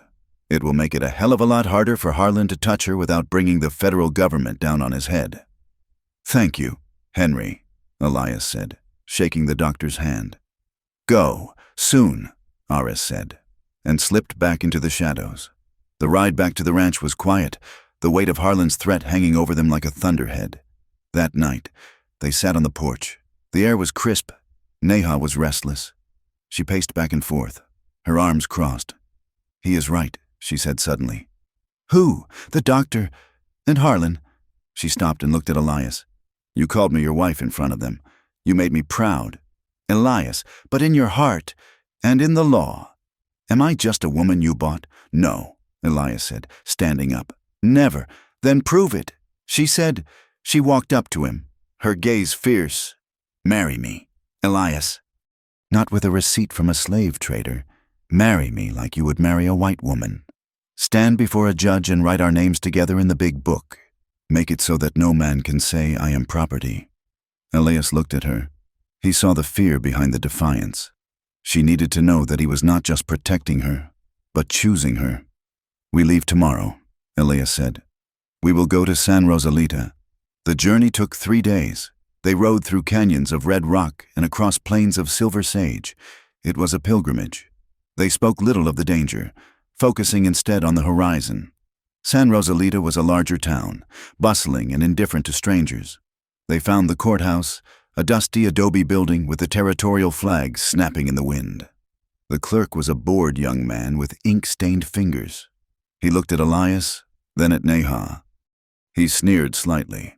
But when Elias placed a gold eagle coin on the counter, money he had been saving for a new plow, the clerk opened the heavy leather-bound ledger. "Names?" the clerk asked. "Elias Ward." Elias said. "And the bride?" "Neha Ward." She said clearly. The clerk wrote it down. The scratch of the pen sounded loud in the room. Elias Ward. Neha Ward. The judge, a man with a beard like a bird's nest, mumbled through the ceremony. It was not poetic. It was legal. He asked if they took each other. They said yes. He stamped the document. "It is done," the judge said. Next, it was unromantic, dusty, and bureaucratic. But as they walked out into the sunlight, Elias handed Neha the folded certificate. She held it with both hands, staring at the ink. "It is real," she whispered. "It is real," Elias said. They camped that night on a ridge overlooking the desert, half a day's ride from home. The sky was a canopy of crushed diamonds, thick with stars. The air was cold, but their fire was large. They sat close, wrapped in the buffalo robe. The tension of the journey had broken, leaving a raw, open intimacy. "Elias," Neha said, looking up at the stars. "Do you think he can see us?" "Who?" "My son." Elias tightened his arm around her. "I think he can. I think he knows you are safe. I was so afraid," she confessed, her voice thick. "Afraid that I was betraying him by loving you, by loving the enemy." "And now?" Elias asked, his heart hammering. "Now I know that love is not a betrayal," she said. "It is the only way to defeat the death." She turned to him, her face illuminated by the firelight. "I want to fill the house. Elias, not just with herbs and stones, with life. I want to replace the silence." Elias looked at her. He saw the future in her eyes. It was terrified and uncertain, but it was theirs. "We will," he said. "We will fill it." They lay back under the stars, holding each other with a desperation that had turned into devotion. That night, under the vast western sky, they were not two broken people hiding from the world. They were a family. Weeks passed after their return. The ranch seemed to sigh with relief. The winter was coming, but the barn was patched, and the pantry was full. Neha moved through the days with a secret smile. She stopped eating the dried meat she usually loved, claiming it smelled wrong. She tired easily in the afternoons. One evening, as Elias was oiling his saddle by the fire, Neha came to stand before him. She did not speak. She simply took his hand and placed it flat against her stomach. Elias looked up, confused. Then he saw her face. It was radiant with terror and joy. "Neha?" he whispered. "The moon has not come," she said. "And the sickness, it is here in the mornings." Elias froze. His hand trembled against the warmth of her belly. "Are you sure?" "I am sure. My body remembers." Elias stared at her stomach. A child. His child. A life created from the ashes of their pasts. He did not speak. He could not. The emotion swelled in his throat, choking him. He buried his face in her apron, wrapping his arms around her hips. His shoulders shook. "Elias?" Neha asked, stroking his hair, suddenly afraid. "Are you sorry?" He looked up, his face wet with tears. "No," he choked out. "No, I am terrified." He stood up and pulled her into a crushingly tight embrace. "I will protect you," he vowed, his voice fierce and guttural. "I will kill anyone who touches you. I will burn the world down before I let them hurt this child." Neha held him, feeling the violent tremor of his love. It warmed her, but it also frightened her. She knew the world they lived in. She knew that a child of mixed blood would be a target. And she knew that Elias's love was now a weapon, sharp and dangerous. But secrets do not keep in small towns. The news of the marriage in San Rosalita trickled back to Ocotillo Wells. Rumors of Neha's condition began to spread, whispered by the washerwoman who had seen Neha retching behind the store, confirmed by the extra supplies Elias was buying. in the back room of the saloon, amidst the smoke and the smell of stale beer. Clay Harlan sat with Silas Thorne, married. Harlan spat, slamming a glass down. Legally. Thorne wiped his sweating forehead. The judge in San Rosalita is a stickler. Clay, we cannot just tear up the paper. It is in the territorial record now, and now she is pregnant, Harlan said, his voice low with disgust. A half-breed brat on the way. It is an insult. Silas, it is a pollution of the community. If we let this stand, what is next? We have to be careful, Thorne warned. Ward is popular with some of the independent ranchers now. They like that he stood up to you. Harlan smiled. A cold, reptilian expression. We do not have to break the law, Silas. We just have to enforce it. The law says that a child must be raised in a suitable environment. The law says that a woman with a history of instability might not be fit. He leaned forward. We break Ward. We make him lose the land. We make him look like a madman. And then we step in to save the poor woman and her child for the good of the state. Thorne nodded slowly. And the child? Harlan's eyes went dead. The child is an unfortunate complication. Complications have a way of resolving themselves if the mother is stressed enough. Outside, the wind began to howl, rattling the windows of the saloon, a herald of the storm that was gathering not in the clouds, but in the hearts of wicked men. The peace that Elias and Neha had found was not a fortress. It was a glass house built on shifting sand. The change in the air was subtle at first, a sharpening of the wind that carried malice rather than just the coming winter. It started with the fences. Elias rode out one Tuesday morning to find the western line cut. It was not the work of a wandering bull or a spooked Mustang. The wire had been severed cleanly with cutters, the posts dragged out of the earth and left to rot in the sun. It took him 2 days to repair it, his hands blistering as he twisted the heavy gauge wire, his eyes constantly scanning the horizon. 2 days later, the water trough in the south pasture was filled with dead crows. Elias found them floating in the green scum, their black feathers iridescent in the harsh light. When he knelt to inspect the water, the chemical reek of arsenic hit him like a physical blow. He had to drain the entire tank and haul fresh water from the creek, bucket by agonizing bucket, to keep the few cattle he had left from drinking the poison. Then came the calf. It was a Hereford cross, one of the few promising additions to his herd. He found it near the dry wash, bleating pitifully. Someone had roped it and held a running iron to its flank. They had not branded it with a mark of ownership. They had simply burned a jagged, nonsensical scar over Elias's own brand, scorching the hide deep enough to ruin the animal. Elias put the calf down with a single shot, his heart cold as stone. He rode into town the next day, storming into the sheriff's office with the blood still dried on his gloves. "It is Harlan," Elias told the deputy. "A man named Miller who spent more time polishing his boots than walking a beat. He is poisoning my stock and cutting my wire." Miller leaned back in his chair. "Feet on the desk. You have proof." "Ward, I have dead birds and a mutilated calf." "That is not proof," Miller said, picking his teeth. "That is bad luck. Or maybe you have enemies. Ward, a man with your history usually does." Elias left the office, the door slamming behind him, knowing that the law was deaf, dumb, and bought.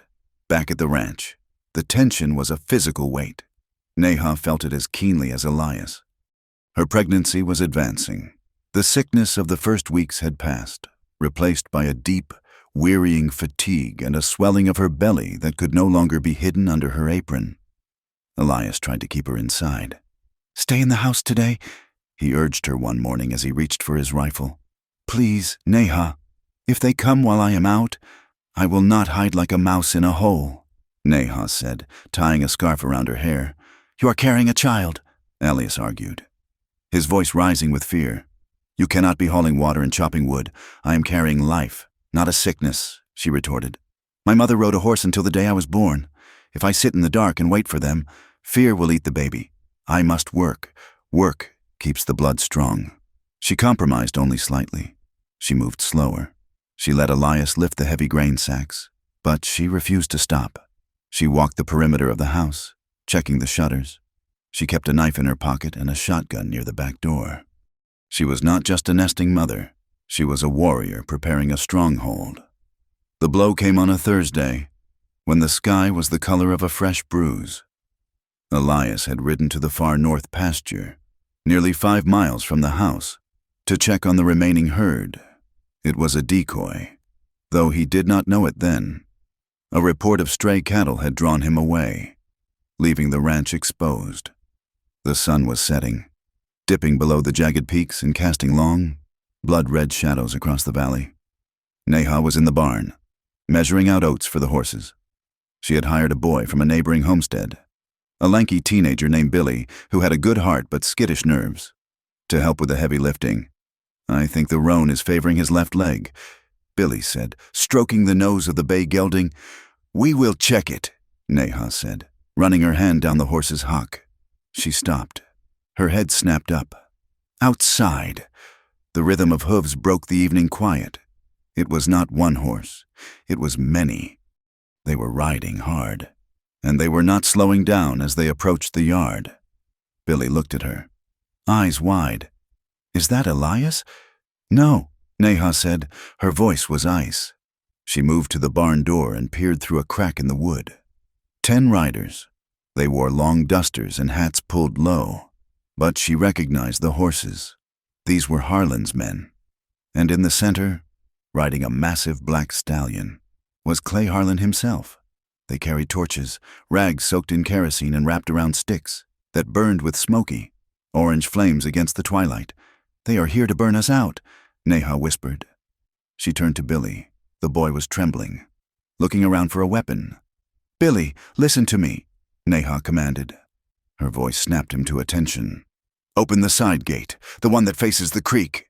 "But the horses," Billy stammered. "Turn them loose," Neha hissed. "Drive them into the creek bed. They will run from the fire. Go!" Billy scrambled to the back of the barn. Neha grabbed a pitchfork, her mind racing. She could not run across the open yard to the house. They would cut her down or rope her before she made the porch. The barn was a trap. She heard the first torch hit the roof. There was a whoosh sound, followed immediately by the crackle of dry shingles catching fire. "Come out. Ward," Harlan's voice boomed from the yard. "We know you are in there." Neha did not answer. She moved to the stalls, slapping the rumps of the horses. "Go!" she shouted in Apache. "Run!" Billy threw the back gate open. The horses, smelling the smoke and sensing the panic, bolted. They thundered out into the twilight, a chaotic stream of muscle and terror. "Hey," one of the riders shouted. "The stock is loose. Let them run!" Harlan yelled. "Burn the structure!" More torches rained down. The heat rose instantly. The hayloft above caught fire, sending burning debris raining down onto the barn floor. Smoke, thick and black, began to fill the air, stinging Neha's eyes and clogging her throat. Billy ran back to her, coughing. "Miss Neha, we have to get out. We cannot go out the doors," Neha said, covering her mouth with her sleeve. "They are waiting with rifles." She looked at the floor. In the corner of the tack room, under a pile of old grain sacks, was the root cellar. Elias used it to store potatoes and carrots in the winter. It was deep, lined with stone, and had a heavy oak trap door. "The cellar," she choked out. She grabbed Billy's arm and dragged him toward the tack room. The roof groaned overhead, timbers popping like gunshots. "Help me," Neha cried. Shoving the grain sacks aside, they found the iron ring of the trap door. Neha pulled, her muscles straining, her belly tight with fear. The door groaned open, revealing a dark, musty hole. "Get in," she ordered the boy. Billy hesitated. "It's a grave." "It is earth," Neha shouted, shoving him down the ladder. "Earth does not burn." She followed him down, pulling the heavy door shut above them just as a burning beam crashed onto the floor where they had been standing. Total darkness swallowed them. The air was cool and smelled of damp soil, a stark contrast to the inferno raging feet above their heads. Neha huddled in the corner, pulling Billy close to her. She wrapped her arms around her stomach, curling into a ball. "Be safe, little one." She prayed silently to the life inside her. Be safe.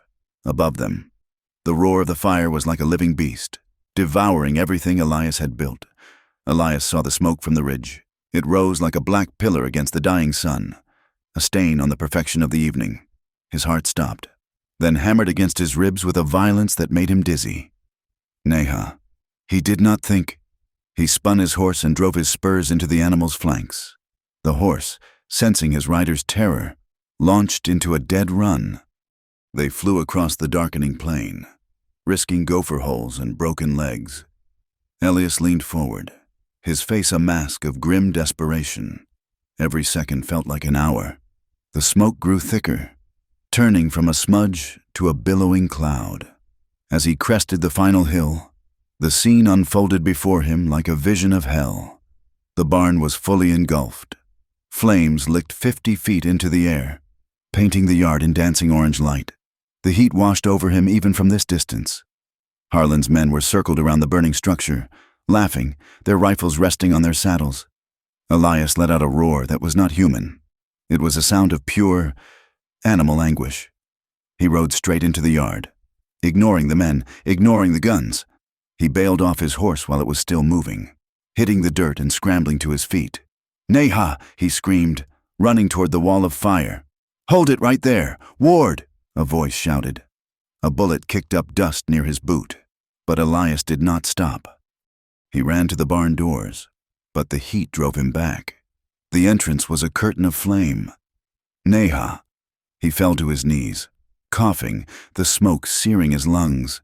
He stared into the fire, his soul tearing in half. She was in there. He knew she was in there.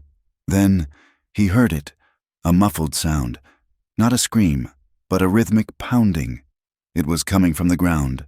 Thump, thump, thump! The root cellar! Elias scrambled up. He grabbed a horse blanket from a nearby rail, dunked it in the water trough, and threw it over his head. He charged into the burning barn. The heat was unbearable. It felt like walking into the throat of a dragon. His skin blistered instantly. He could not see. He could only feel. He stumbled over debris, guiding himself by memory toward the tack room. The roof was coming down. He could hear the main beam cracking. He found the corner. He fell to his hands and knees, feeling for the iron ring. The wood of the trap door was hot to the touch. He gripped the ring and heaved. The door stuck, swollen with heat. "Open!" he screamed, pulling until the veins in his neck threatened to burst. The door gave way with a screech of metal. Cool air rushed up to meet him. "Neha! Elias!" Her voice was there, alive, coughing. "Give me your hand." He reached down into the darkness. A hand gripped his, strong, calloused, familiar. He pulled. Neha emerged from the hole, covered in soot, eyes streaming tears. Billy followed her, scrambling up like a frightened rat. "Out!" Elias roared. "Now!" They ran. They bolted from the burning skeleton of the barn just as the roof collapsed inward with a sound like a thunderclap, sending a geyser of sparks into the night sky. They stumbled into the yard, collapsing onto the dirt, gasping for air. Elias rolled over, grabbing Neha, checking her frantically. "Are you hurt? Are you burned? I am whole," she gasped, clutching her belly. "We are whole." Elias helped her stand. They turned to face the yard. Clay Harlan sat on his black stallion, 10 yards away. He looked at them with a mixture of disappointment and disgust. His men formed a semicircle behind him, blocking any escape. "Well," Harlan said, his voice carrying over the roar of the fire. "The cockroaches scurried out after all." Elias stood up. He wiped the soot from his eyes. He stepped in front of Neha, placing his body between her and the guns.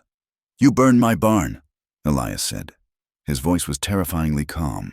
It was the voice of the man who had led the 5th Cavalry into the canyon. "I burned a pest nest," Harlan corrected. "We are cleaning up the county. Ward, removing the blight." He pointed a gloved finger at Neha, who stood behind Elias, her hands cradling her unborn child. "Look at her," Harlan sneered. "Bloated with a half-breed bastard. It is an abomination. Elias, a sin against nature and God. Do you think we will let that thing be born here? Do you think we will let it walk our streets?" Neha stepped out from behind Elias. "Stay back," Elias hissed. "No," Neha said. She walked forward until she stood beside him. The firelight illuminated her face, fierce and streaked with ash. She looked like a vengeance spirit rising from the earth. "You speak of God?" Neha shouted. Her voice was raspy from the smoke, but loud. "You come in the night with fire and guns, and you speak of God?" She pointed at the burning ruin. "You are not God. Clay Harlan, you are a thief. You steal land. You steal lives. You tried to buy me like a cow." Harlan laughed. "You are a cow, woman, property of the United States government, and I have the authority to return you to custody." "I am a citizen," Neha cried. "I am Neha Ward. My name is written in the book at San Rosalita. It does not matter," Harlan roared, losing his composure. "No court will protect you here.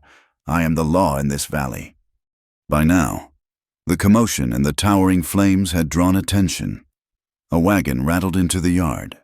It was Dr. Aris, followed by 3 or 4 other men from neighboring ranches who had seen the glow in the sky. "What is happening here? Doctor!" Aris shouted, jumping down from his buggy. "Go home." "Henry," Harlan warned. "This is private business." "This is arson," Elias shouted. "Look at it! He tried to kill my wife!" One of Harlan's men, a nervous young rider who looked spooked by the crowd, twitched his finger on the trigger of his Winchester. Bang! The shot hit the dirt inches from Elias's boot. Kicking up a spray of gravel, the yard froze. The neighbors pulled their own weapons. Chaos balanced on the edge of a knife. "Stop it!" The voice cracked, high and desperate. Deputy Miller rode into the light. He looked pale, his uniform disheveled. He had ridden out with the neighbors, dragged along by duty he usually ignored. "Miller," Harlan barked, "arrest these squatters. They are harboring a fugitive." Miller looked at the burning barn. He looked at Neha, pregnant and covered in soot. He looked at Elias, who stood with his hand hovering over his gun, ready to die. And he looked at Harlan, the man who had treated him like a dog for 10 years. "No," Miller said. "What did you say?" Harlan asked, his voice dropping to a dangerous whisper. "I said no," Miller said, his voice gaining strength. "This has gone too far. Clay, you burned a man's barn. You fired on a woman. That is not the law. I am the law," Harlan screamed. "Disarm," Miller shouted, drawing his pistol. "Everyone put their guns down. Now!" Harlan looked around. He saw the neighbors raising their rifles. He saw the doctor watching him with judgment. He saw his control slipping away. He looked at Elias. He saw the hatred in the scout's eyes. "I will not be disarmed by a race traitor," Harlan snarled. His hand moved. It was a blur of motion toward the pearl-handled revolver at his hip. Elias did not think. He did not decide. His body remembered. Years of drill. Years of survival. Years of war condensed into a fraction of a second.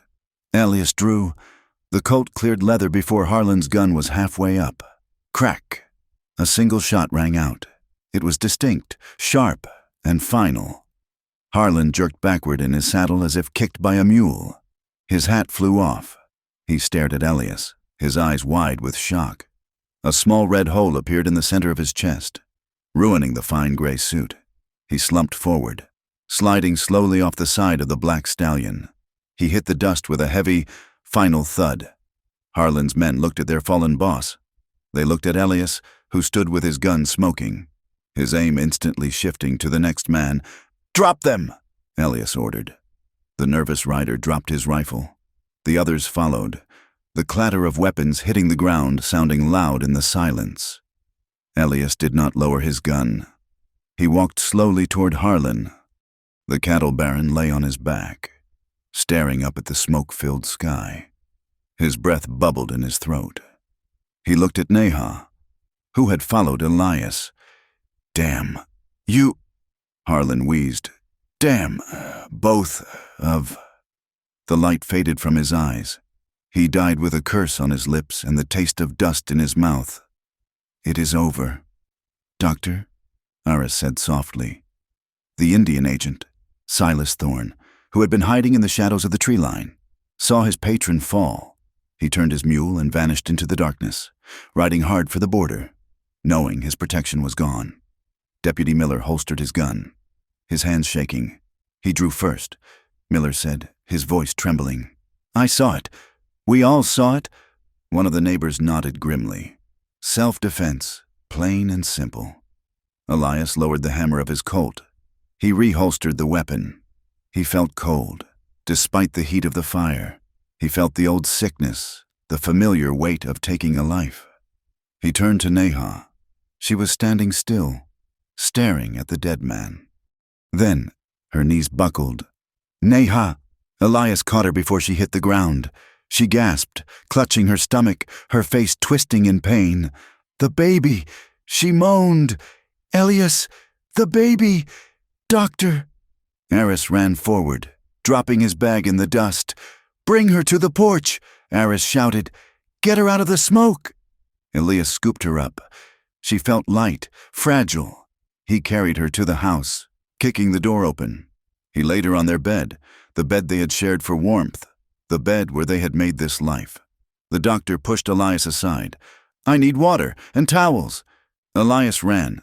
He was a man who had faced gunfire without blinking, but now his hands shook so hard he could barely hold the pitcher. The next hour was a blur of agony. Elias paced the main room, listening to Neha's low cries of pain and the doctor's murmurs. Billy sat by the stove, head in his hands, weeping quietly. Elias stopped pacing.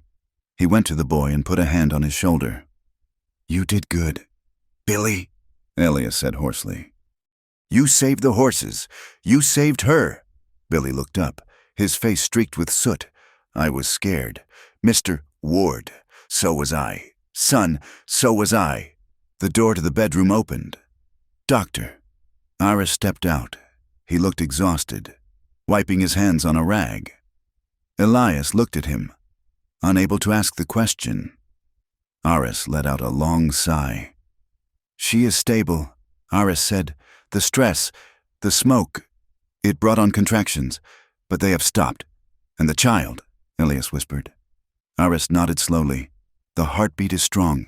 It is a fighter. Elias, just like its mother, but she needs rest, absolute rest. If she exerts herself again, we could lose them both. Elias closed his eyes, leaning his forehead against the rough wood of the wall. Thank you. Go to her, Aris said. Elias walked into the bedroom. Neha lay pale and still against the pillows. Her hair was damp with sweat, her skin scrubbed clean of the soot but still gray with exhaustion. She opened her eyes when he entered. He is dead? She asked softly. Yes, Elias said, sitting on the edge of the bed and taking her hand. He is dead, and the agent, gone, run away like a coward. Neha squeezed his hand. Her grip was weak, but it was there. We won, she whispered. Elias looked at the window, where the glow of the burning barn still flickered against the glass. He thought of the dead man in the yard. He thought of the inquiry that would come. He thought of the hatred that would not die with Harlan. He kissed her knuckles. We survived. Neha, we survived. The night ended with a smell of wet ash and cooling earth. The ranch was half ruined, the barn a skeleton of black timber. But in the quiet house, beneath the weight of an uncertain future, the three of them, Elias, Neha, and the unborn child, slept fitfully, alive in the wreckage. The smoke from the burning barn had long since cleared, carried away by the relentless prairie wind. But the stain of soot remained on the soil of the ranch for a long time. It was a black scar on the earth, a constant reminder of the night the world had tried to end them. In the weeks that followed the death of Clay Harlan, Ocotillo Wells held its breath. The town, usually loud with the bustle of cattle drives and the piano music of the saloon, grew quiet and watchful. The violence at the Ward Ranch had been too public, too loud, and too ugly to be swept under the rug. Investigators arrived from Santa Fe 2 weeks later. They were serious men in dark suits who did not care about local cattle politics. They were drawn by the reports of a wealthy landowner dead in the dirt and rumors of an Indian agent running a slave trade under the nose of the territorial government. The inquiry was held in the back room of the dry goods store, the only space large enough to hold the witnesses. It was a makeshift courtroom, smelling of coffee beans and sawdust, but the atmosphere was heavy with judgment. Elias Ward stood before the table where the lead investigator, a man named Mr. Blackwood, sat with a pen poised over a ledger. Elias wore his best shirt, the one Neha had mended, but he did not try to hide the calluses on his hands or the weather-beaten lines of his face. Neha sat beside him. She was heavy with the child now, her face drawn from the lingering fatigue of the fire and the stress. But she sat with her spine straight, her hands folded protectively over her stomach. "State your name and your role in the events of October 14th, Blackwood said without looking up. "Elias Ward." Elias said. His voice was steady, a low rumble that filled the room. "I am the owner of the Double Creek Ranch, and I am the man who shot Clay Harlan." There was a murmur in the room. The townspeople who had squeezed in to watch leaned forward. "And why did you shoot him?" "Mr. Ward. He came to my land with 10 armed men," Elias said. "He set fire to my barn while my wife and a neighbor boy were inside. He threatened to kill my unborn child. And when the deputy ordered him to disarm, he went for his gun." Blackwood looked at Elias with cold, gray eyes. "You have a history of violence, do you not? You were a scout for the 5th Cavalry. You are a trained killer. I was a soldier." Elias corrected him. "And yes, I know how to kill. But I did not wake up that morning wanting to kill Clay Harlan. I woke up wanting to fix my fence. Harlan brought the war to my doorstep. I just finished it." Blackwood turned to Neha. "And you, Mrs. Ward, is it true that you were purchased?" Neha stood up. The movement was slow, heavy with the weight of the baby, but it commanded silence. "I was sold," she said clearly, "by a man named Silas Thorne, who stands over there." She pointed a finger at the former agent, who was shrinking into the corner, sweating profusely. "He sold me like a mule. He sold my sisters. He sold us to men who wanted labor and pleasure." Elias Ward paid the money. "Yes, but he did not buy a slave. He bought my life back from the grave." She looked at Blackwood, her dark eyes flashing. "You ask about the law, sir.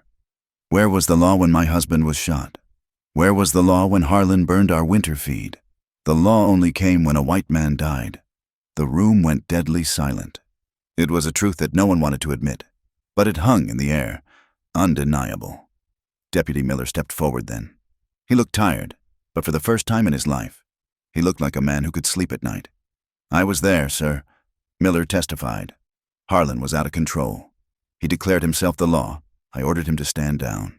He drew on me. If Ward had not fired, I would be dead, and likely half the people in that yard would be too. It was self-defense." "Doctor," Aris placed the marriage certificate on the table. "It is a legal union, recorded in San Rosalita." He added softly, "She is not property. She is a wife protecting her home." The verdict took 3 days. It was not the resounding trumpet of justice that they might have read about in storybooks. It was pragmatic. It was a political calculation. Elias was cleared of murder. The shooting ruled as justifiable homicide in defense of life and property. Silas Thorne was not jailed, for he knew too many secrets about powerful men in the territory. But he was stripped of his post and reassigned to a desk in a damp, miserable office in Washington, far from the land he had exploited. As for the practice of selling prisoners, the investigators issued a quiet, stern directive to the town council. It was to stop immediately. It was bad for business, and it was bringing too much scrutiny from the east. It was a bitter, partial victory. Harlan was dead, but the prejudice that had created him remained. Elias and Neha rode back to the ranch in silence. They had won the right to exist, but the cost had been high. Rebuilding began the next day. It was slow, back-breaking work. The barn was a loss. They had to clear the charred timber and start from the foundation up, but they were not entirely alone. 2 days after the verdict, a wagon rolled into the yard. It was the neighbor, a gruff old rancher named McPherson, who had never spoken more than 2 words to Elias in 5 years. He climbed down, spat tobacco juice into the dust, and unloaded a stack of seasoned pine lumber. "I had extra," McPherson grunted, not looking at Neha. "Hate to see good wood rot."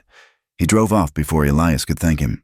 Another day, Billy returned, bringing 2 of his brothers. They did not say much, but they worked from dawn until dusk, helping Elias frame the new walls. They worked out of guilt, perhaps, or out of a grudging respect for the man who had outdrawn Clay Harlan. But they worked. The land, however, remained unforgiving. The drought that had plagued them all summer stretched into the late autumn. The wind was a constant, abrasive presence, driving grit into the fresh wounds of the wood and the skin. The dust storms came frequently, turning the sky a sickly yellow and forcing Neha to stay inside, pacing the small cabin like a caged lioness. Her pregnancy was entering its final month, and with the swelling of her body came the return of the fear. It lived in the house with them, a third presence. Neha would wake in the night, gasping, her hands clutching her belly. She dreamt of the snow. She dreamt of the long march. She dreamt of a small, cold body in her arms that would not wake up. Elias would wake with her. He would not speak, for there were no words that could fight the past. He would simply pull her close, wrapping his arms around her, fitting his body against the curve of her spine. He would murmur soft, nonsensical sounds, the kind a man makes to soothe a frightened horse, while his own heart hammered with terror. He was terrified that he had promised her a future he could not deliver. He was terrified that his violence had poisoned the child. He was terrified that he would fail her when she needed him most. But in the daylight, the fear softened into something quieter, deeper.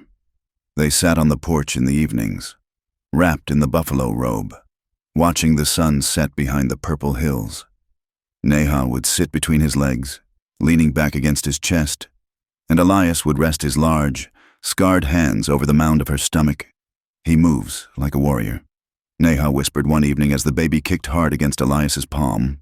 Or a dancer, Elias suggested. Resting his chin on her shoulder, maybe he will be a man of peace. Maybe he will play the fiddle instead of the gun. Neha laughed, a low, throaty sound that vibrated against his chest. A fiddle player on this ranch? He would starve. Elias.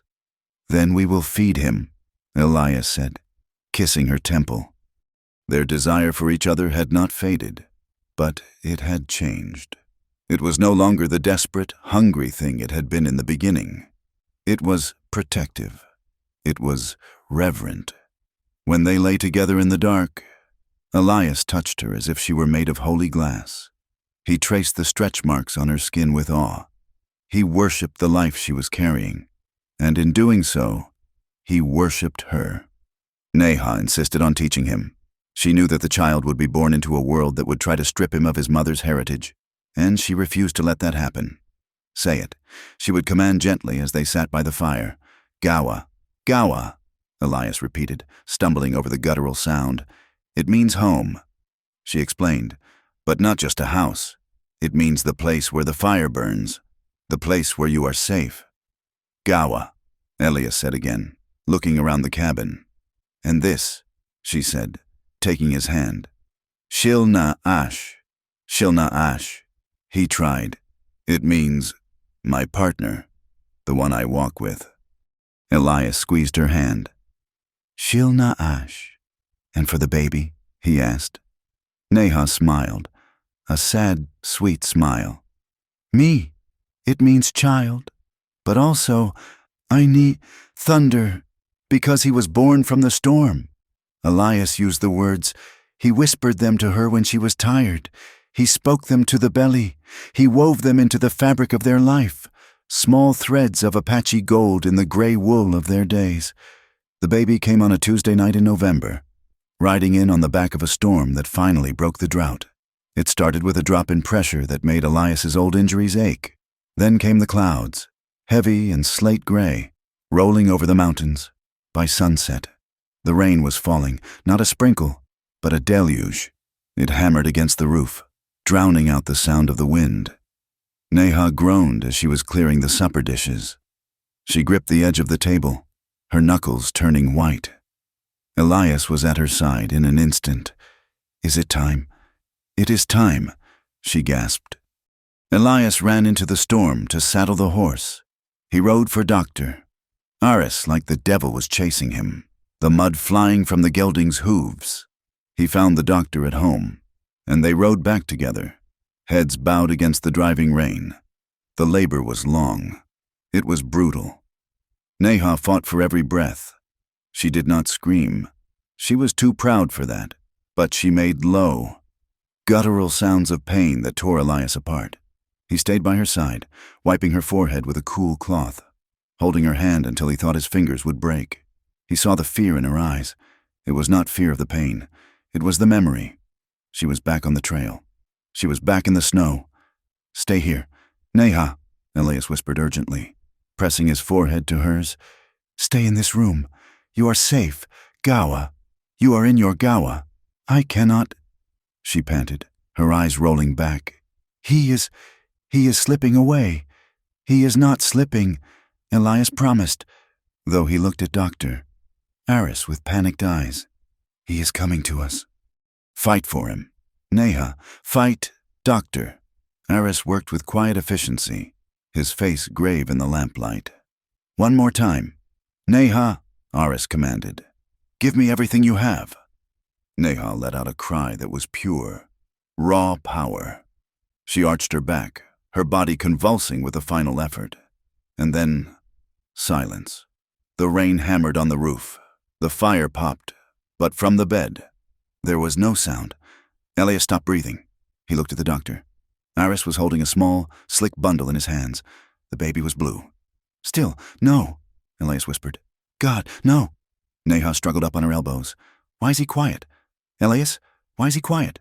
"Doctor," Aris turned the baby over. He rubbed the tiny back briskly with a towel. He cleared the mouth with his finger.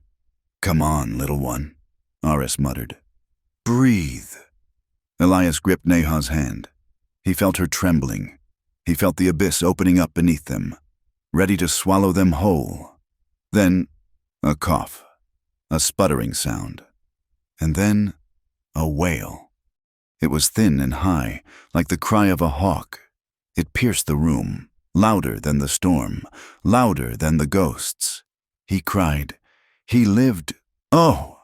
Neha sobbed, collapsing back onto the pillows. "Oh!" Aris smiled, his eyes crinkling. He wrapped the baby in a flannel blanket and handed him to Neha. "You have a son," he said. Neha took the bundle. Her hands shook, but she held him with a strength that defied her exhaustion. She looked down at the small, red face. He had a thatch of black hair and skin that was a perfect blend of copper and pale cream. He was the map of their journey. Elias leaned over them. He reached out a finger and touched the baby's cheek. The skin was impossibly soft. "He is here," Elias whispered, tears streaming down his face into his beard. "He is really here. I need," Neha whispered, kissing the baby's forehead. "My thunder." Outside, the rain soaked into the cracked earth, drinking deep, promising that the grass would grow again in the spring. In the days that followed, the world did not magically change. The prejudice that had fueled the auction and the fire did not vanish because a child had been born. But there was a shift, a tiny, subtle crack in the ice.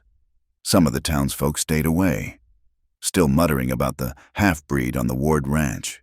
But others came. Mrs. Higgins, the baker's wife, rode out in her buggy. She did not say much, and she looked uncomfortable standing in the cabin, but she left a loaf of sweet bread and a small knitted cap. "For the cold," she said stiffly, before hurrying out. One of Billy's brothers brought a carved wooden horse, rough and simple. "Whittled it," he mumbled, shoving it into Elias's hand. They were small gestures. They were not an apology for the past, but they were an acknowledgement of the future. They were a sign that life, stubborn and undeniable, demanded a certain respect. On the last night of the story, the air was cold and clear. The winter stars hung low and bright, diamonds scattered on black velvet. Elias and Neha stood on the new porch. The wood still smelled of pine resin. Neha held the baby, who was wrapped in the buffalo robe against the chill. He was sleeping, his small breath rising in white puffs. Elias put his arm around Neha, pulling her and the child against his side. They looked out over the darkened prairie, where the shadows of the hills looked like sleeping giants. "He will have a hard road," Elias said quietly. They will try to make him ashamed of who he is. I know, Neha said. She looked down at her son. But we will teach him. We will teach him that he is the bridge. And if they try to burn the bridge, then we will build it again. She said, stone by stone. She turned to look at Elias. The starlight reflected in her eyes, making them look ancient and young all at once. I want you to know something. Elias. What? That day, at the pen, when I walked to you, I remember. Elias said, I did not walk to you because you had money. I did not walk to you because I was afraid of the others. Why then? Because I saw your eyes. She said, I saw a man who was hurting as much as I was. I saw a man who needed to be saved. She reached up and touched his beard. I chose you. Elias, it was not a sale. It was a choice. And I would choose you again, not for safety, but for this. She gestured to the baby, to the ranch, to the space between them. Elias felt a lump in his throat that made it hard to speak. He covered her hand with his own. I am not a savior. Neha, I never was. I know, she said. I do not need a savior. I need a partner. Shilna Ash. Elias nodded. He looked out at the dark horizon, at the vast, indifferent west that had tried to break them both. I will stand between you and the wind, he vowed, his voice rough with emotion. I will stand between him and the wolves. Not because I own you, but because I belong to you. Neha rested her head on his shoulder. I know, she whispered. They stood there for a long time, 3 small figures against the immense, silent dark. There was no promise that the crops would thrive. There was no guarantee that the hate would not return. The future was an unwritten page, full of danger and hard work. But as the wind blew across the plains, it carried the scent of rain and new grass. And on the porch of the rebuilt house, the flame of their love, born from desperation, sharpened by tragedy, and strengthened by desire, burned quiet and stubborn. It was a light that would not be put out. It was a fragile, defiant hope that prejudice and old wounds might, one day, be healed by the simple, radical act of living. Thank you so much for listening to the story of Elias and Neha. It has been a journey through the dust and the heartbreak of the American West, and I hope their fight for love and dignity resonated with you. I would love to know where you are listening from today. Please leave a comment below and share your location. If you enjoyed this tale, please consider subscribing to From Wild West for more stories of grit, romance, and history. And finally, I would truly value your thoughts on the ending. Did Elias and Neha find the peace they deserved? Please share your feelings and reflections in English in the comments section. Until the next trail.